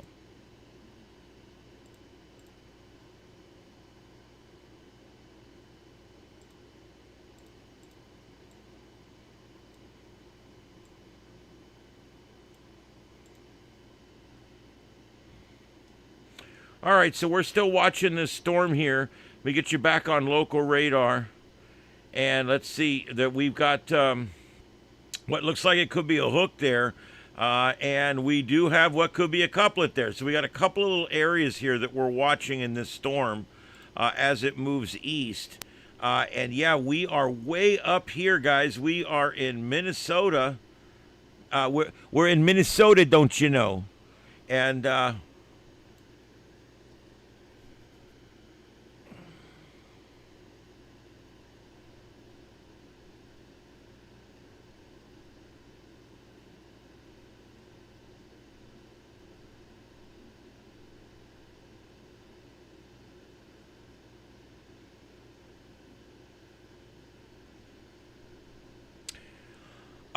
that's a deploribus. That's a really good question. That's a really good question. I'm not going to say they've completely disappeared. I watch a lot of Fox News Live, and I do watch the other stuff too, so you don't have to. And every now and then there'll still be reports coming out, but no, they don't do it like they used to. Yeah, CNN's completely anti-American. Now, if they could get a guy to stand out there with bombs falling and they could blame it on Trump, they probably would do it. But, yeah, I almost think that it's kind of a weird thing. Fox is killing them in the ratings, absolutely killing them. So there's no sense in any of them going into the war zone right now because CNN's numbers continue to drop. CNN's at the lowest ratings they've had in 15 or 20 years. It's terrible. they used to be the number one. They started cable news, for Christ's sake. And and they've just turned anti-American, pro-communist, pro all this bullshit, crazy MM2S, LGBTIAQ2S++, and all that.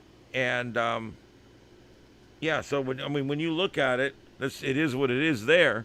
All right, so let's keep an eye on that storm. Let me go back to the news here. There is a couple things I did want to cover with you guys.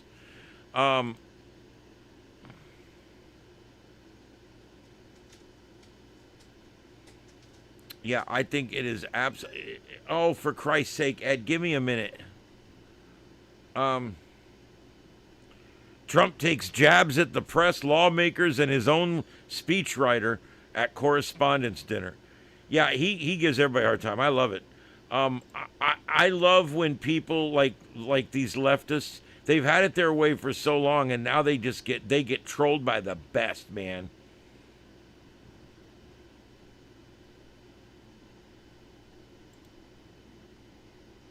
What is this? Trump orders signs placed outside Smithsonian museums amid row over its depiction of American history.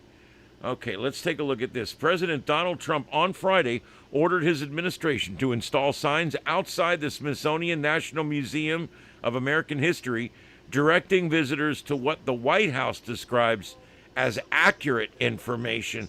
Oh, shut up. God, I hate that autoplay shit. They're going to be directing visitors to what the White House describes as accurate information about the nation's past. The executive order instructs the National Park Service, which maintains the sidewalks outside the museum, to place signs informing visitors about a White House report released July 4th that criticizes the Smithsonian's portrayal of American history. Trump also directed the creation of a temporary exhibit intended to correct what the administration considers inaccurate historical information within the Smithsonian. The move now follows a report from Trump's Domestic Policy Council that accused the Smithsonian and the National Museum of American History of failing to present history in a way that is inspiring, unifying, and worthy of our great republic. And by the way, as a caveat, that's why that money, and he said that in a specific way, that's exactly why Smithsonian donated that money to the United States. He wanted a positive portrayal of America, which doesn't mean you can't bring up slavery. No, you certainly can. You certainly can. But you bring it up in the light that, look, we had this problem and we fixed it. That's how you do it. That's a progress. That's America. They dwell in the past. They dwell in the past. They're like, look how bad white people are. In this next exhibit, we're going to explore how all white people are bastards. And in this next exhibit, you can see how we have these mannequins up here to look like beat up slaves, so you can see what it used to be like. Yeah, and here's the smell of what it used to smell like out behind the house, and that's what they're doing. They're dwelling on the bad part of it instead of dwelling on the American part of it. We stopped that shit. We ended it. It was wrong. It was wrong when it started. It was wrong when those black people sold us, all those black people. Okay? It was wrong when almost every country in the world was doing it. But it was right when we stopped it. A lot of countries had stopped it by the time we did. It was right that it was stopped. And human rights became a real thing. That's the Americana. That's the human story. That's what's important.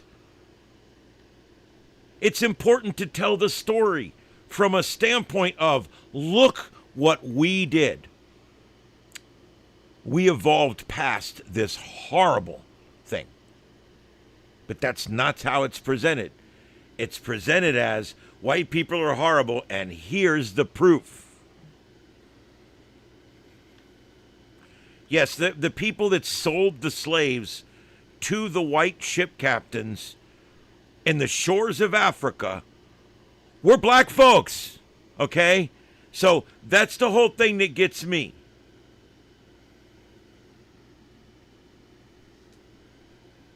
There's a lot, there's the first person to win an actual lawsuit to keep his slaves in the United States was a black man. So that's why I'm saying that the history's gotten so convoluted. It's still going on in Africa today, you're correct. And they kill some Christians too every now and then just for the hell of it. Yeah, it's ridiculous. Look, I'm just telling you guys, when it comes to this kind of stuff, it needs to be presented properly. That's all I'm saying.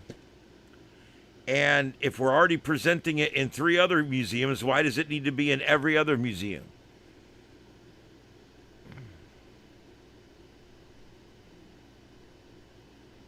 Oh, Lambert, that's a good point. I mean, I see your point, and you're correct with the point, I think.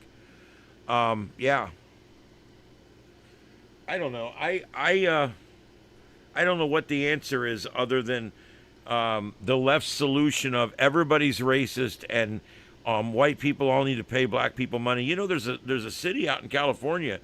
They're trying it. Reparations. Here we go again.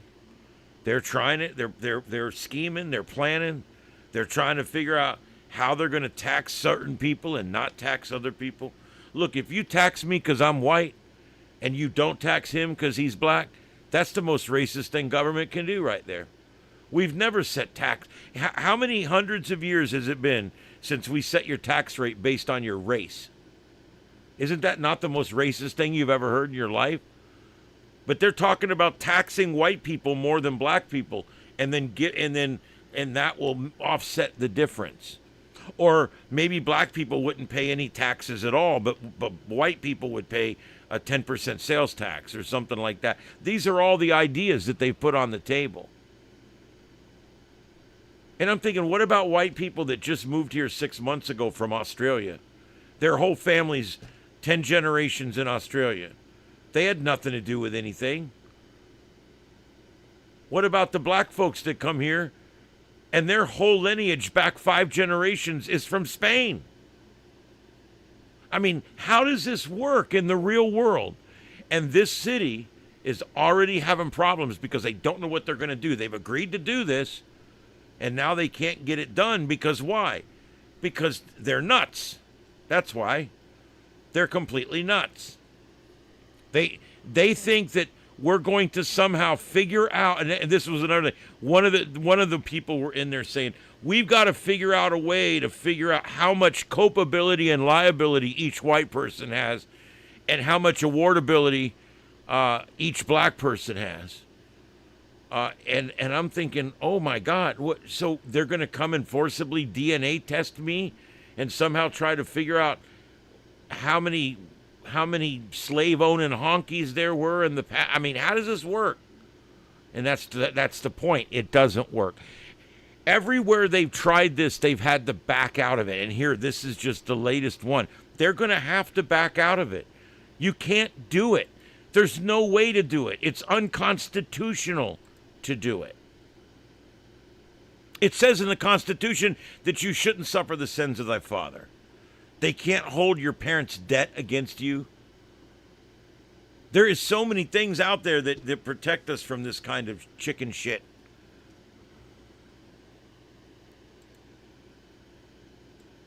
I'm sorry. If we could help the people that were victimized or even their children, that would be one thing. But we're talking their great-great-great-great-great-great-grandparents were slaves, and now they want some money for that, I guess. It doesn't work. It just, how do you do this? How do we figure it out? Well, because every time you go back one generation, you have 4 parents. And then their parents give you 4 more parents and 4 more. And next thing you know, you go back 5 or 6 generations and you have 16 different parents. So how many do we go back? And how does it even, I don't even think, I think that we lack the technology to even try some kind of, oh, there goes that volcano. Oh, wow. I think that they lack the legal ability to even do this under the Constitution.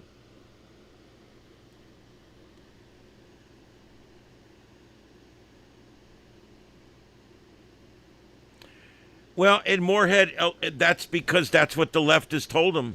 That's what they've been told. Growing up, they're told by their teachers, "Oh, well, you're not having a good time right now because you're black." You know, I mean, they literally are taught this in grade school by their teachers. When the truth is, black people, white people, Hispanic people, yellow people, blue people from SETI Alpha 5, I don't care what's going on. If you're here legally, this is the best time to be alive in the world. You're in the best country in the world. It's the best time to be alive.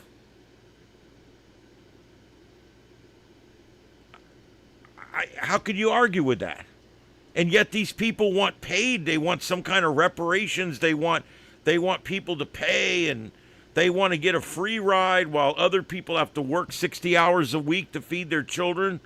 This is bullshit. We all need to just move forward, okay? Once something is in the past, it's in the past. And if black folks think they're not being treated fairly right now, they're being treated more than fairly when it comes to equal rights hiring. If you're a black person, you are 10 times more likely to get a job as a firefighter when you apply than a white person. It's a fact. They're still doing it today. They've been doing it for 30 years in Miami. Affirmative action hiring. Everybody gets access to the same benefits. Everybody gets access to the same education. Everybody gets access to everything. Free programs, paid programs, same access. So I don't understand where the oppression's going on today. I don't see black people being oppressed. I don't see white people being oppressed. I don't see brown people being oppressed. I don't see yeller people being oppressed. Correct me where I'm wrong. It's just not like that. People say, oh, we treat Asians like shit. Really? Our universities are full of them. We're treating them like shit? Really? They love coming here. I don't know where this shit even comes from. Everybody's got it fine right now. And if a black man or a black woman walks into a job and they're discriminated against, just go down 2 doors and walk into that one. Most people are treating black folks great now. I don't understand where this comes from. I haven't met anybody in a long time that's overtly racist. You know, when I was a kid, you know, I could point to some old people. The old guy across the street, he was a racist old bastard. You know? There's even old family members from 3 generations back that were soft racists. But today, it's just not happening. Even my parents' generation, I just don't see the racism. I don't see it. So I just think it's being totally overdone now. Are you getting retribution for things that happened 9 generations ago? Or are you getting something because of the way you're being treated now? I don't get it. So anyway, there's my rant on that.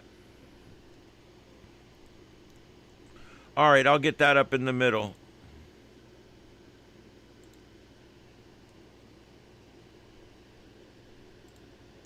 And I'm hoping this thing doesn't wig out again.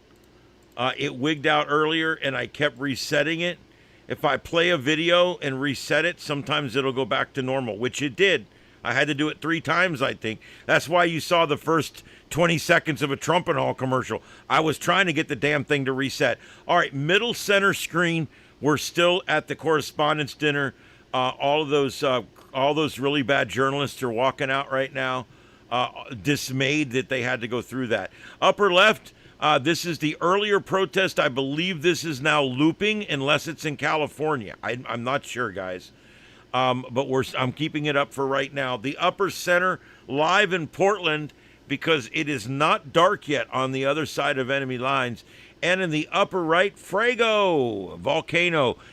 A little pissed off tonight. Here she goes again. There she blows. A little pissy tonight. Earlier, the whole top of the mountain had sparks all over. It was pretty cool.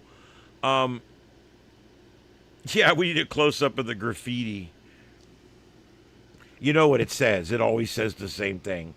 It says the one thing they can't put up there and have the media show up.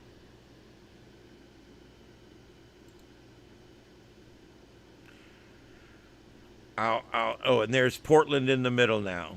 Yeah, I'll never understand why it is that they do everything they can to prevent media from coming out and taking B-roll, A-roll, getting interviews.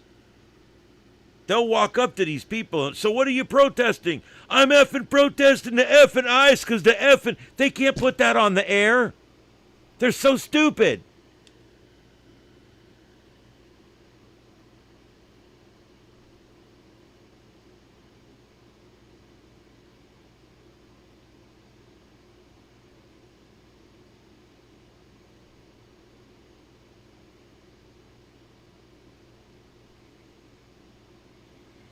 Yeah, it's usually F Trump or it's F ICE. They F everybody, apparently. It's kind of the effing thing that they effing do, I effing guess. I slip with that word every now and then because I'm not perfect. I was a firefighter. We taught the sailors how to cuss. So, you know, but the truth is, it makes you sound unintelligent. If I use it, it's because it slips out. I try not to use it. Now, shit I use all the time because we all shit, has nothing to do with nothing. But I try not to use the C word or the F word, and I try not to be overly provocative in that respect because it's just not necessary. Look, if you got to cuss all the time to keep an audience, what are you, Andrew Dice Clay? Oh! There's your flashback for last night.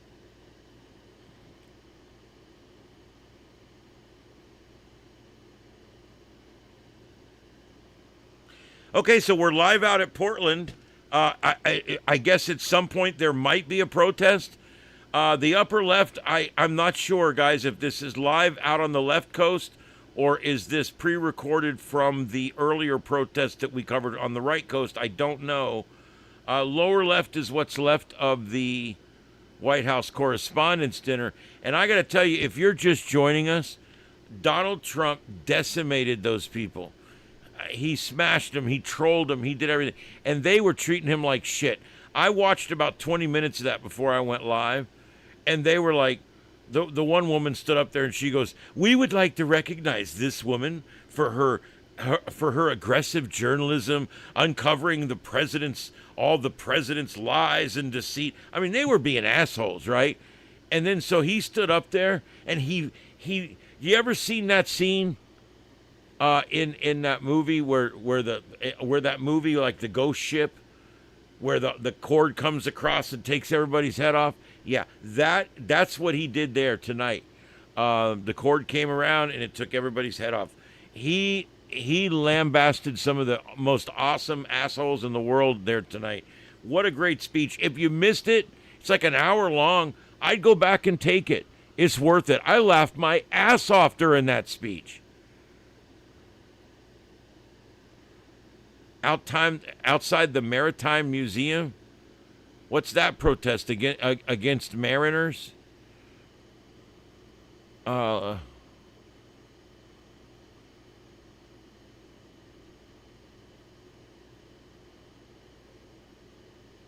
Okay. I don't know who's Sue Tired. I don't know exactly who you are. But I think you're in the wrong channel. But that's okay. You're allowed to be here, and we'll certainly we will not block you or anything, and we will accept whatever. I don't know what you mean by that, but yeah. I mean, all these people. Nicole Good tried to run over a law enforcement officer. That's why she was killed. Alex Pretty brought a knife to a gunfight. He actually he brought his gun to a rally and then did some stupid shit. But yeah, all these people, you run out in front of a truck. I mean, come on, you know? And now Corey Ruiz, he stabbed the cop. I mean, my God, look what we got going on here. He stabbed the cop.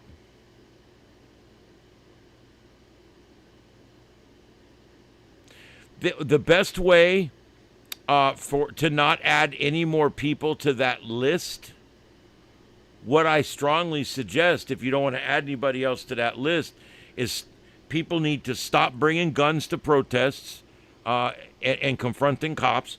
People need to stop trying to run down ICE agents. When people have blue lights behind them, they need to stop and surrender, okay, and not run away. And when the cops stop you, don't pull out your knife and start stabbing. These are easy. These are easy. I could write a book, Rules for Radical Protesters. It's great.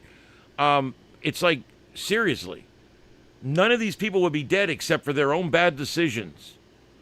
That's the one common denominator here that the left doesn't seem to understand. The left doesn't feel that you should have consequences. That's why they want to open the prisons. That's why Joe Biden tried to pardon everybody, but the goddamn auto pin wouldn't go fast enough. But this is why right here. Okay? These are martyrs for the left. Martyrs for the commies, basically. And they're not. They're not martyrs. They're people that made bad decisions. They're people that made bad decisions, and now they are, you know, they're dead. Whatever. It is what it is. If you're running from the police and you run out in front of a truck, how is that ICE's fault? You're an illegal, and you're running from ICE. And then you run out in front of a truck, and that's the cop's fault. That's just stupid. Who can think that?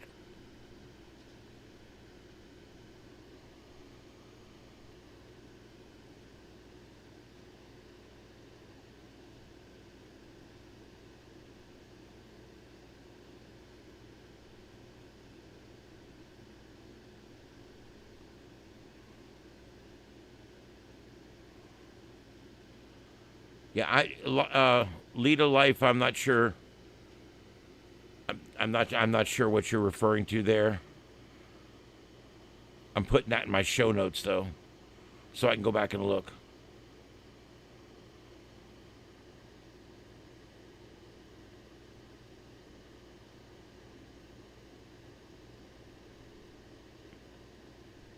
Yeah, I'm not aware of anything like that, and I work in news media, so I don't know what's going on there. It's probably something off of Facebook, or the left and the Chinese and the Russians, everybody just constantly writing lies and bullshit and putting it out there because leftists just read it and suck it in.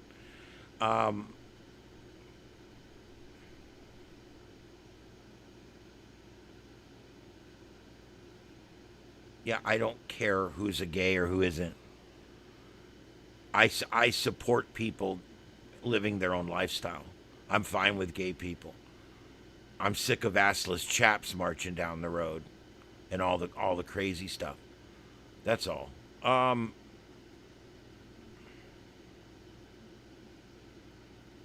not drafting anybody.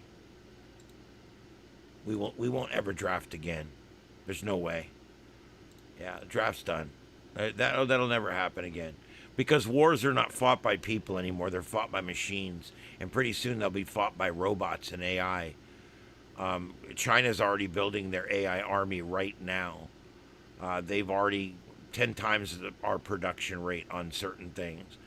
And they will have a completely mechanized army 3 years before we do. And that's going to be scary. But we do have a lot of very advanced technology, and we've got a pretty deep barrel of resources, thank God.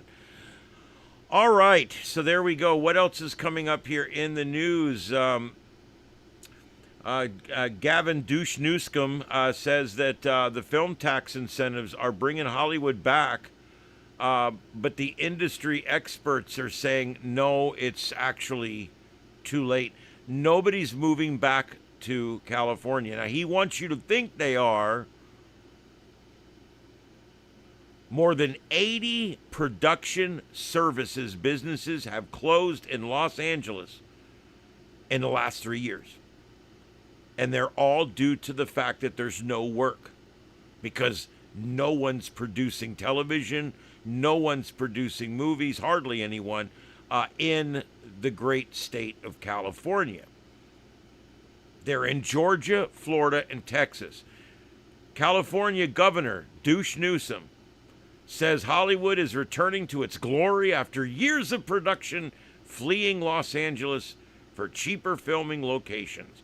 But the industry experts tell Fox News Digital the sector is still reeling from production decimation. They said it would take some kind of major deal right now to get things going again. Because what happens is when they move all the productions to Georgia, the catering services pack up and move to Georgia. The uniform services, the costume services, there's all these different services that go along with production. Even casting services and dressing room trailer services. I know it sounds crazy, but there is an entire industry that is the support industry for the new for news to a lesser degree, but to movie and filmmaking and TV making. There's all these other production services out there, and they're all leaving California too. And now Newsom is offering them to stay in California, and he'll charge them less taxes. Look, dude, if you can't make no money, why stay at all? Major studios now are pretty much filming television shows and movies completely outside of California. They're using Canada, overseas, the United Kingdom, Ireland, Australia, and many have gone to Georgia, New Mexico, Florida, and Texas. Paramount Skydance CEO is also reportedly considering relocating Paramount's headquarters, which could divert billions of production dollars from California, while production of script television shows in Los Angeles is down another 30%, according to the data. Why does it take so long for the political establishment to take this seriously? Because Hollywood's business has been leeching away for 3 decades. This is nothing new. Remember the Walking Dead was filmed completely in Georgia. There's been a lot of stuff in the last 20 years filmed completely in Georgia. Stage Runner founder, CEO, formerly head of production at Disney, Paramount, and AMC, said he began noticing the rise of runaway production over 2 decades ago. Production has been slowly, for the last several years, it's been slowing to almost a grinding halt. Several popular episodic television series were filmed outside California, including Paramount's Landman in Fort Worth, Texas, and Netflix Stranger Things in Atlanta, Georgia. Despite the LA-based studio's effort to film locally, the substantial savings available outside California made production in a Golden State increasingly difficult to justify. Look, if you're going to make $1 million in a film, you're going to act in a film, and let's say you're really good, going to make $1 million. California is going to take 15-20% of that. And of course, then the federal government's going to take 20-25% of that. And what's left? What's left for you when you get done? And now there's even some cities in California that collect tax on income over a certain amount and things like that. When the guys play a Super Bowl in California, they lose 20% of their money right off the top. California is the highest tax state that there is. Nearly 14% of everything you make goes to California state government. The same state that has bums sleeping on every corner. The same state that's charging you $6 and $7 for a gallon of gas right now. It's crazy. Who could possibly move back to California?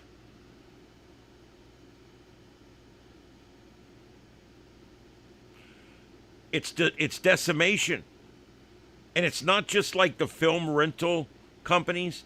It's not just the production company. It trickles down to the local restaurants, the people supported by the industry there, local retail stores around the places where they used to make all these movies. And I mean, how often did they run down to Home Depot and drop $1,000 on shit that they needed to build a set or whatever? I mean, this affects everybody all the way down. Ellison's camera rental house showcased pictures, provided cameras, lighting, and other filmmaking gear to production crews for nearly 2 decades before they became one of the businesses now that's had to close. Everybody's gone. There's nobody shooting film here. The Warner Brothers studio, empty warehouses. We've been injecting our own money to keep the company going, he says. I know lots of others are doing it too. And it came to the point where we finally had to say enough is enough, and we had, 3 years downturn. So had to close up. Industry workers who once spent 15 or 20 days a month on set are now working as few as 1 in 10 days. He added that many are hoping to secure jobs on long-running television series in search of greater stability. I have networks of friends who are actors, who are crew members, who are directors, who are writers, trying to get scripts sold. And if you ask one of them, have you worked lately? You get the look. They look at you like you're crazy. Because we all know the answer, which is, in most cases, no. The production downturn comes amid major turmoil within Los Angeles entertainment space. Television City, the iconic Los Angeles studio lot, where Sonny and the Cher Show and The Price is Right were filmed, is actually probably going up for sale. Its owners struggle with all-time low production levels. They got $357 million in debt.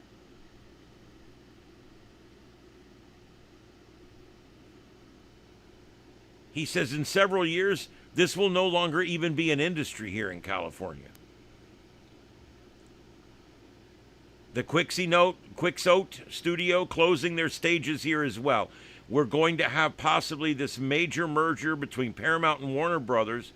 Are they going to move their entire operation as well? It's a good possibility. Meanwhile, Governor Newsom recently touted California's film and television tax credit program. See, that's all these God blessed liberals, that's all they understand. Is, well, we ran them off by taxing them too much, so maybe if we tax them less, maybe they'll come back. You're an idiot, sir. You're an idiot. Nobody's going to move their shit out of your state and then move back when you're still charging 14% income tax. Douche.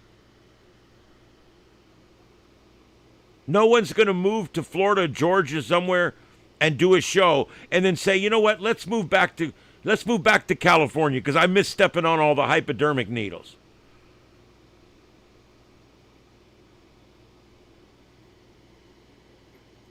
This guy's a delusional prick with hair, okay?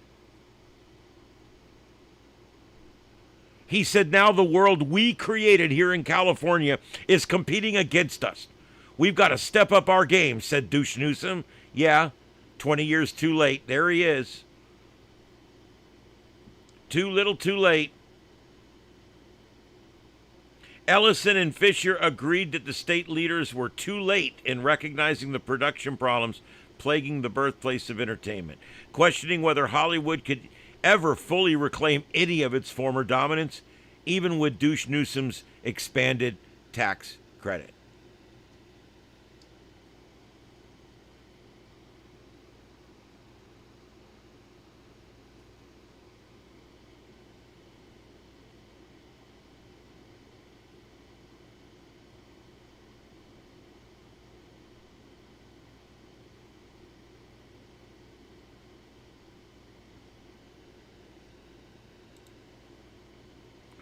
All right, my chat room was frozen, guys. I got it going again. Let me see what's going on in here. Well, that's the whole point with a tax credit. It goes away right away. Yep. Yeah, it's hard to have a good life out there anymore unless you make really, really crazy money.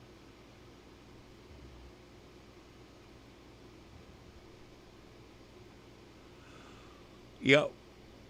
Yeah, they're shooting stuff in Vegas too if they need that kind of setting. In Deploribus, I've seen what you're talking about there with the patriotism. I've seen that. I can attest to that. Because I don't think Canadians hate us as bad as some of our Americans hate us.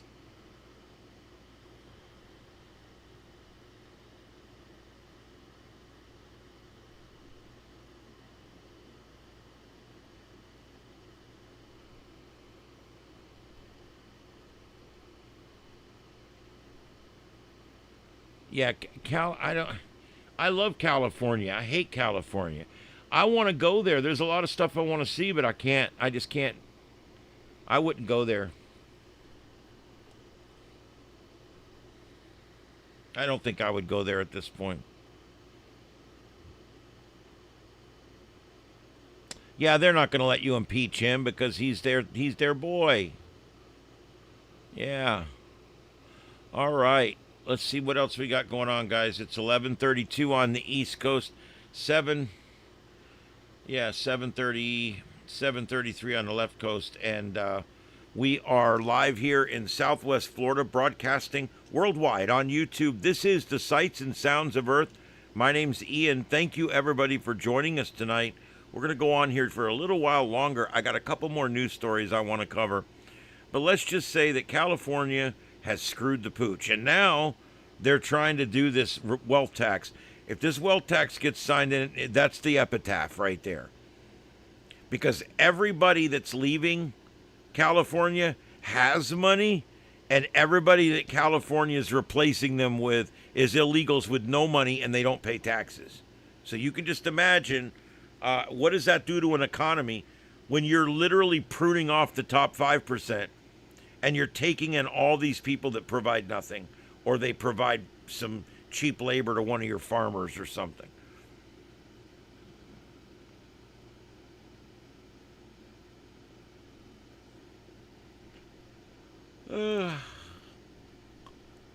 Not going to do it tonight because we had the speech and everything, but in the next few nights when I have a chance, we are going to be doing a deep dive into these flock cameras. Guys, there's a national story on Fox News right now. I'm looking at it. Surveillance camera on your street corner. Is it lawful or is it spying? Is it a constitutional problem? What? Can I help you? And yes, it is a constitutional problem. It's a Fourth Amendment violation. What's up, Teddy? It's a Fourth Amendment violation, and they shouldn't be doing it. They're literally tracking you and photographing you. I knew he was going to do that. He can't stand here without stepping on that keyboard. He can't do it. All right, guys, my sugar's getting low, and I'm starting to feel like shit. So let's call this last call in the chat room. Anything else you guys want to mention tonight? We'll get back to the flock cameras tomorrow night or the next night whenever we get a chance.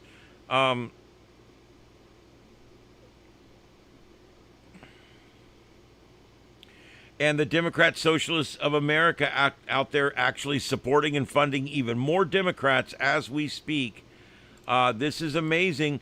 I never thought it would be so blatant, but they literally are communists trying to take over our country right now. It's a little crazy.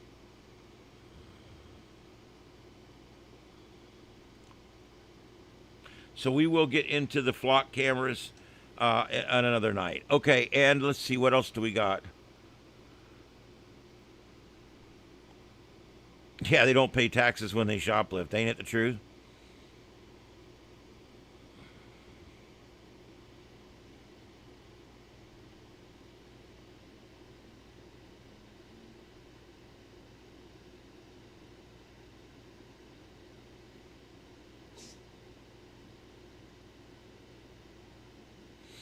All right, guys, I'm going to be calling it here in just a few minutes. I'm watching the chat room for any final thoughts.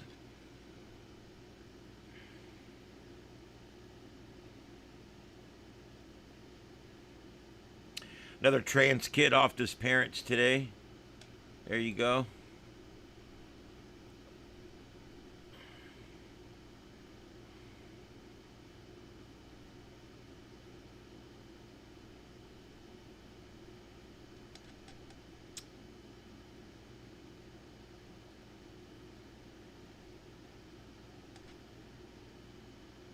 I don't see much else here. As far as space weather goes, the sun is flatlining right now. We're going to have a quiet weekend. The magnetic field should be very calm over the weekend. I don't know if there's any contests going on ham radio, but this would probably be a pretty good night to do, or a pretty good weekend, I should say, to do ham radio, because it's actually, I think the K index is going to be low. And I think it's going to be a very, very quiet electromagnetic field up there. Anyway, so the sun is flatlining right now, and it's just not putting out much energy at all. Starship 13, the mission described below, has launched, and it successfully deployed 20 B-3 satellites. So everything went as planned. Those massive satellites quickly re-entered Earth's atmosphere, creating a string of bright fireballs and a massive cloud of aluminum oxide over the southern Indian Ocean. That's what they had planned to do. These were not staying up. They were a test. I'm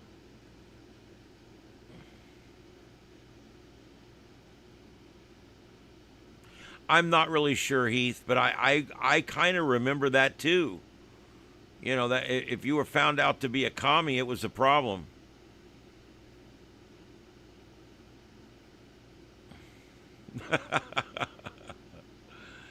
Yeah, flip off them cams, man. I love it. I hate these flock cameras. People are getting out little ladders and going up and painting them black, and in some towns. I think it's hilarious. I'm not advocating for that, however. Maybe, not really. All right, and let's see here. Mike's weather page. There is no tropical activity anywhere out there. So anyway, spaceweather.com and spaghettymodels.com. Those are two of my big websites that I use every night here with you guys. So check that out. Como, not Mario, his son, whatever. But Como sounds alarm on New York exodus. Don't chase people out to southern states. Wow, he figured it out. He figured it out. Former governor called Mamdani's tax plan, free child care plans, and best thing Republicans got going for him. He said that Mamdani's actually going to help the Republicans. I think that's amazing. Former New York Governor Andrew Cuomo issued a stark warning to local leadership, arguing that the rise of democratic socialism policies and aggressive new taxes on high net worth residents is directly causing capital to flee to low tax red states like Florida and Texas. Speaking in an exclusive Fox Business interview, Cuomo said that the current political climate is actively chasing wealthy corporations and wealth itself out of the Empire State in favor of southern tax havens, leaving mainstream Democrats divided over the party's economic future and this slide towards communism. Pick up the garbage, fill the potholes, do your job, bring people to New York, create jobs. Don't demonize corporations. Don't demonize the rich. Don't chase people out of New York, which is exactly what Mamdani's doing. This is all from Cuomo. And you're seeing the wealth transfer to southern states, Cuomo said. In April, New York City Mayor Zoran the Commie Mamdani and New York Governor bitch Kathy Hochul unveiled a joint legislative proposal targeting luxury second homes worth $5 million or more, known as a pay-to-pay tax. I don't know what it means. The annual surcharge is expected to generate an estimated $500 million. Listen to this. They're taxing anybody that's got money. Anybody that's got a big house. Anybody. They're just taxing the shit out of these rich people. What are they going to do? They're going to sell that bitch and move. That's right. They're going to take a loss to get out of that state. Mamdani's previously said revenue from a tax would go towards initiatives such as free health, free childcare, cleaner streets, and safer neighborhoods. They already give you enough tax for that, you ass. Now you want more tax? Clean the streets up.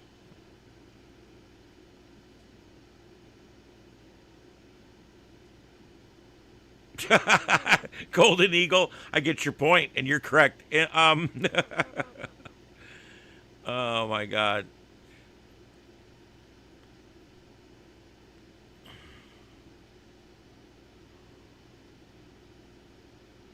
Yeah, Heath, they made those illegal here in Florida.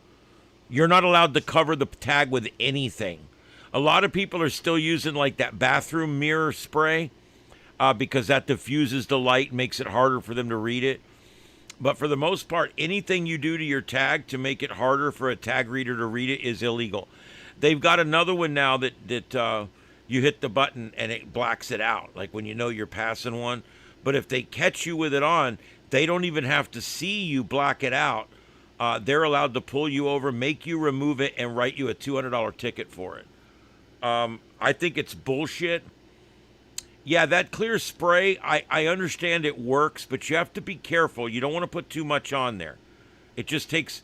And here's the other thing. For God's sake, don't spray it on the car.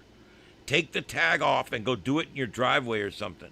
Do it somewhere where you're not going to get that spray all over your car, because it's going to be pretty obvious to the cop that you sprayed it on the tag on the car. I don't know if it works. I've told it works.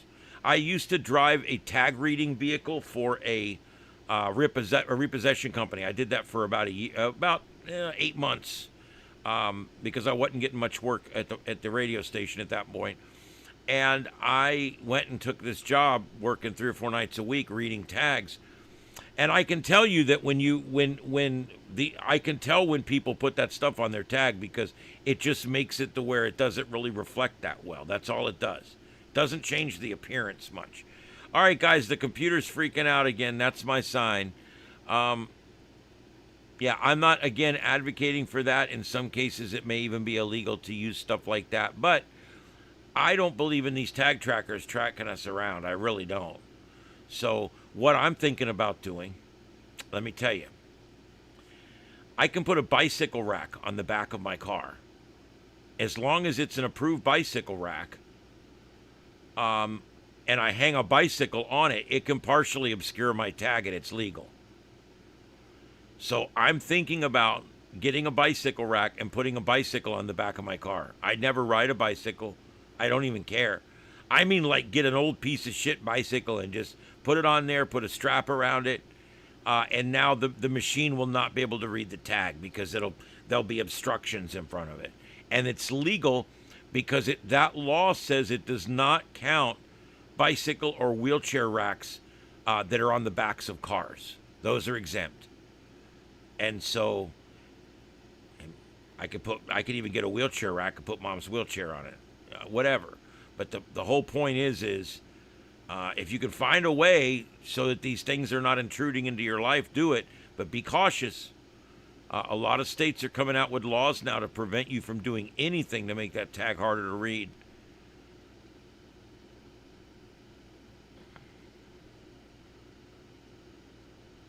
All right, guys, I guess that's going to be it. I do appreciate everybody being here tonight. We're coming up on 2 hours and 42 minutes of broadcasting. It was an amazing troll by the president tonight. All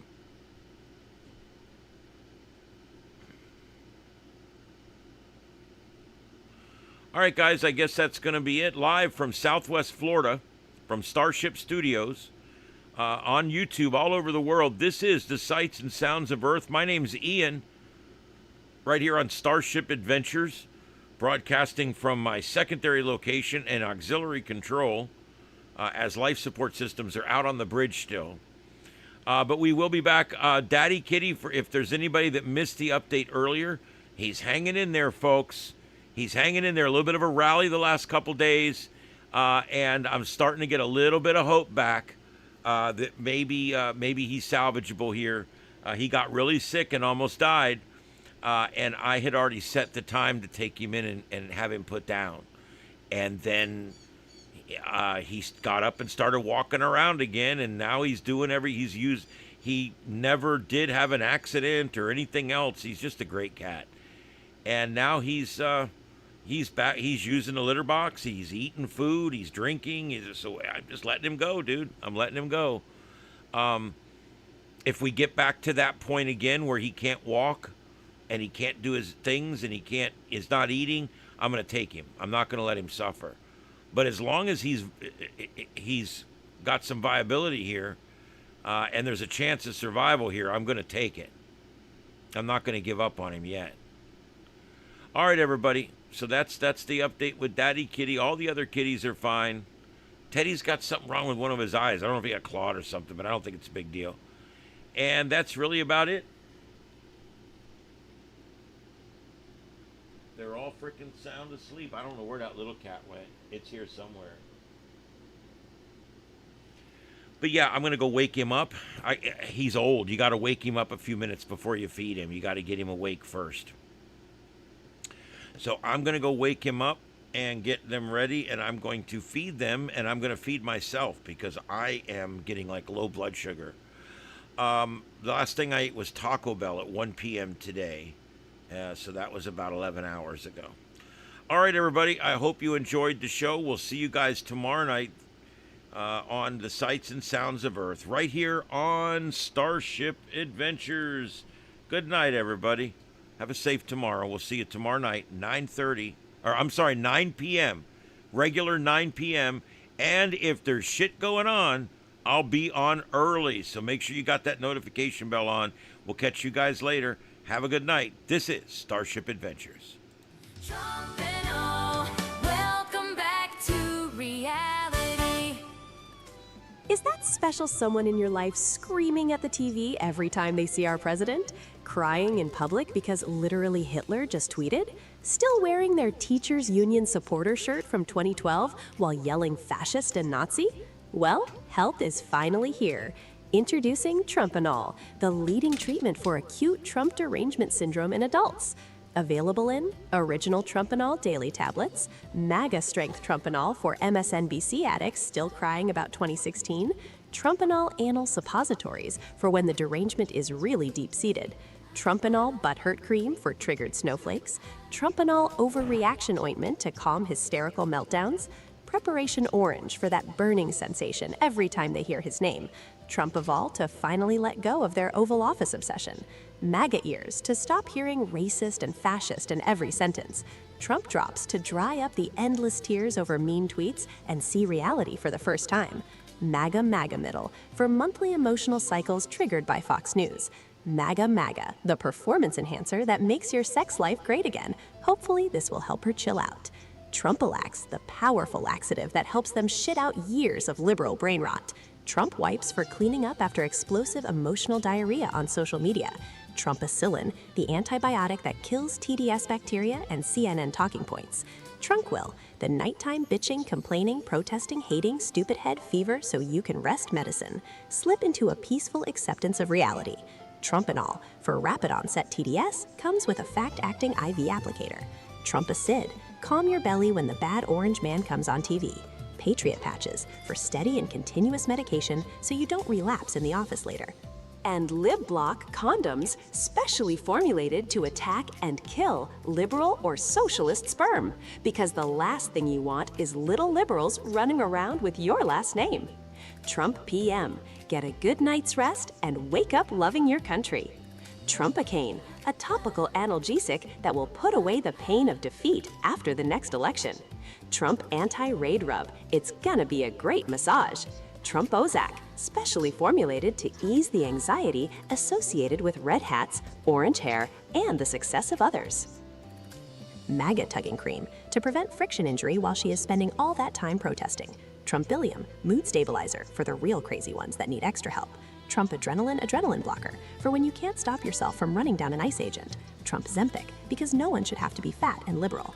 MAGA Meltdown Gummy Bears infused with THC, a fast-acting way to take your medicine. Comes in 2 flavors, original and now the new Freedom flavor. Trumpons. Absorb your monthly meltdowns with Trumpons approved for use in Minnesota men's rooms. Comes with the orange MAGA applicator. Finally, if all this does not work, try alcohol.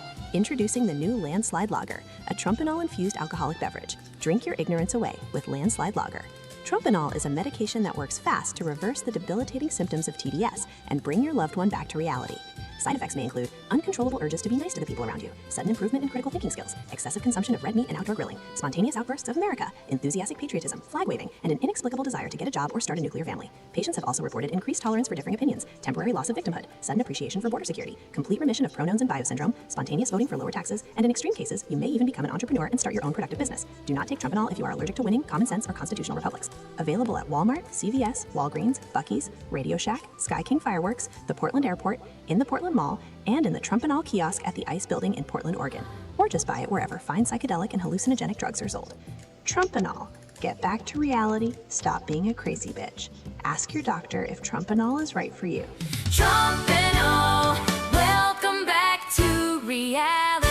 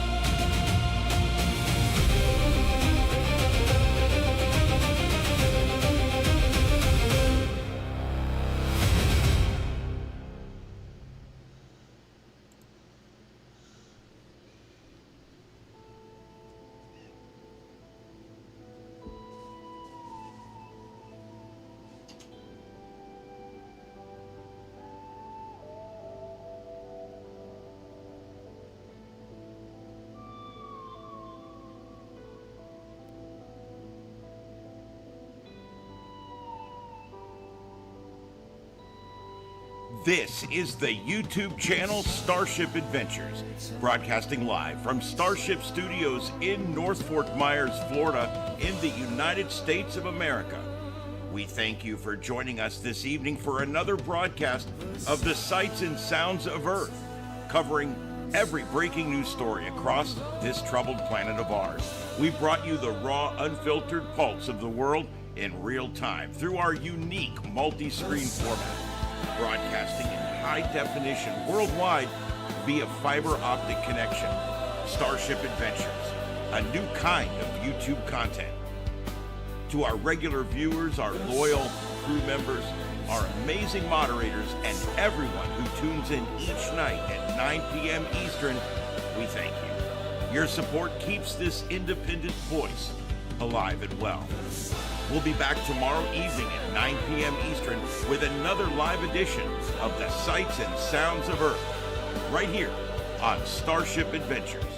Until then, stay safe, stay informed, and may God bless you and these United States of America. This is Starship Adventures, and this concludes our broadcast day. Good night, America, and around the world. Kilo Oscar 4, Echo Foxtrot Sierra, signing off. QSY, 7-3s, everyone, 7-3s.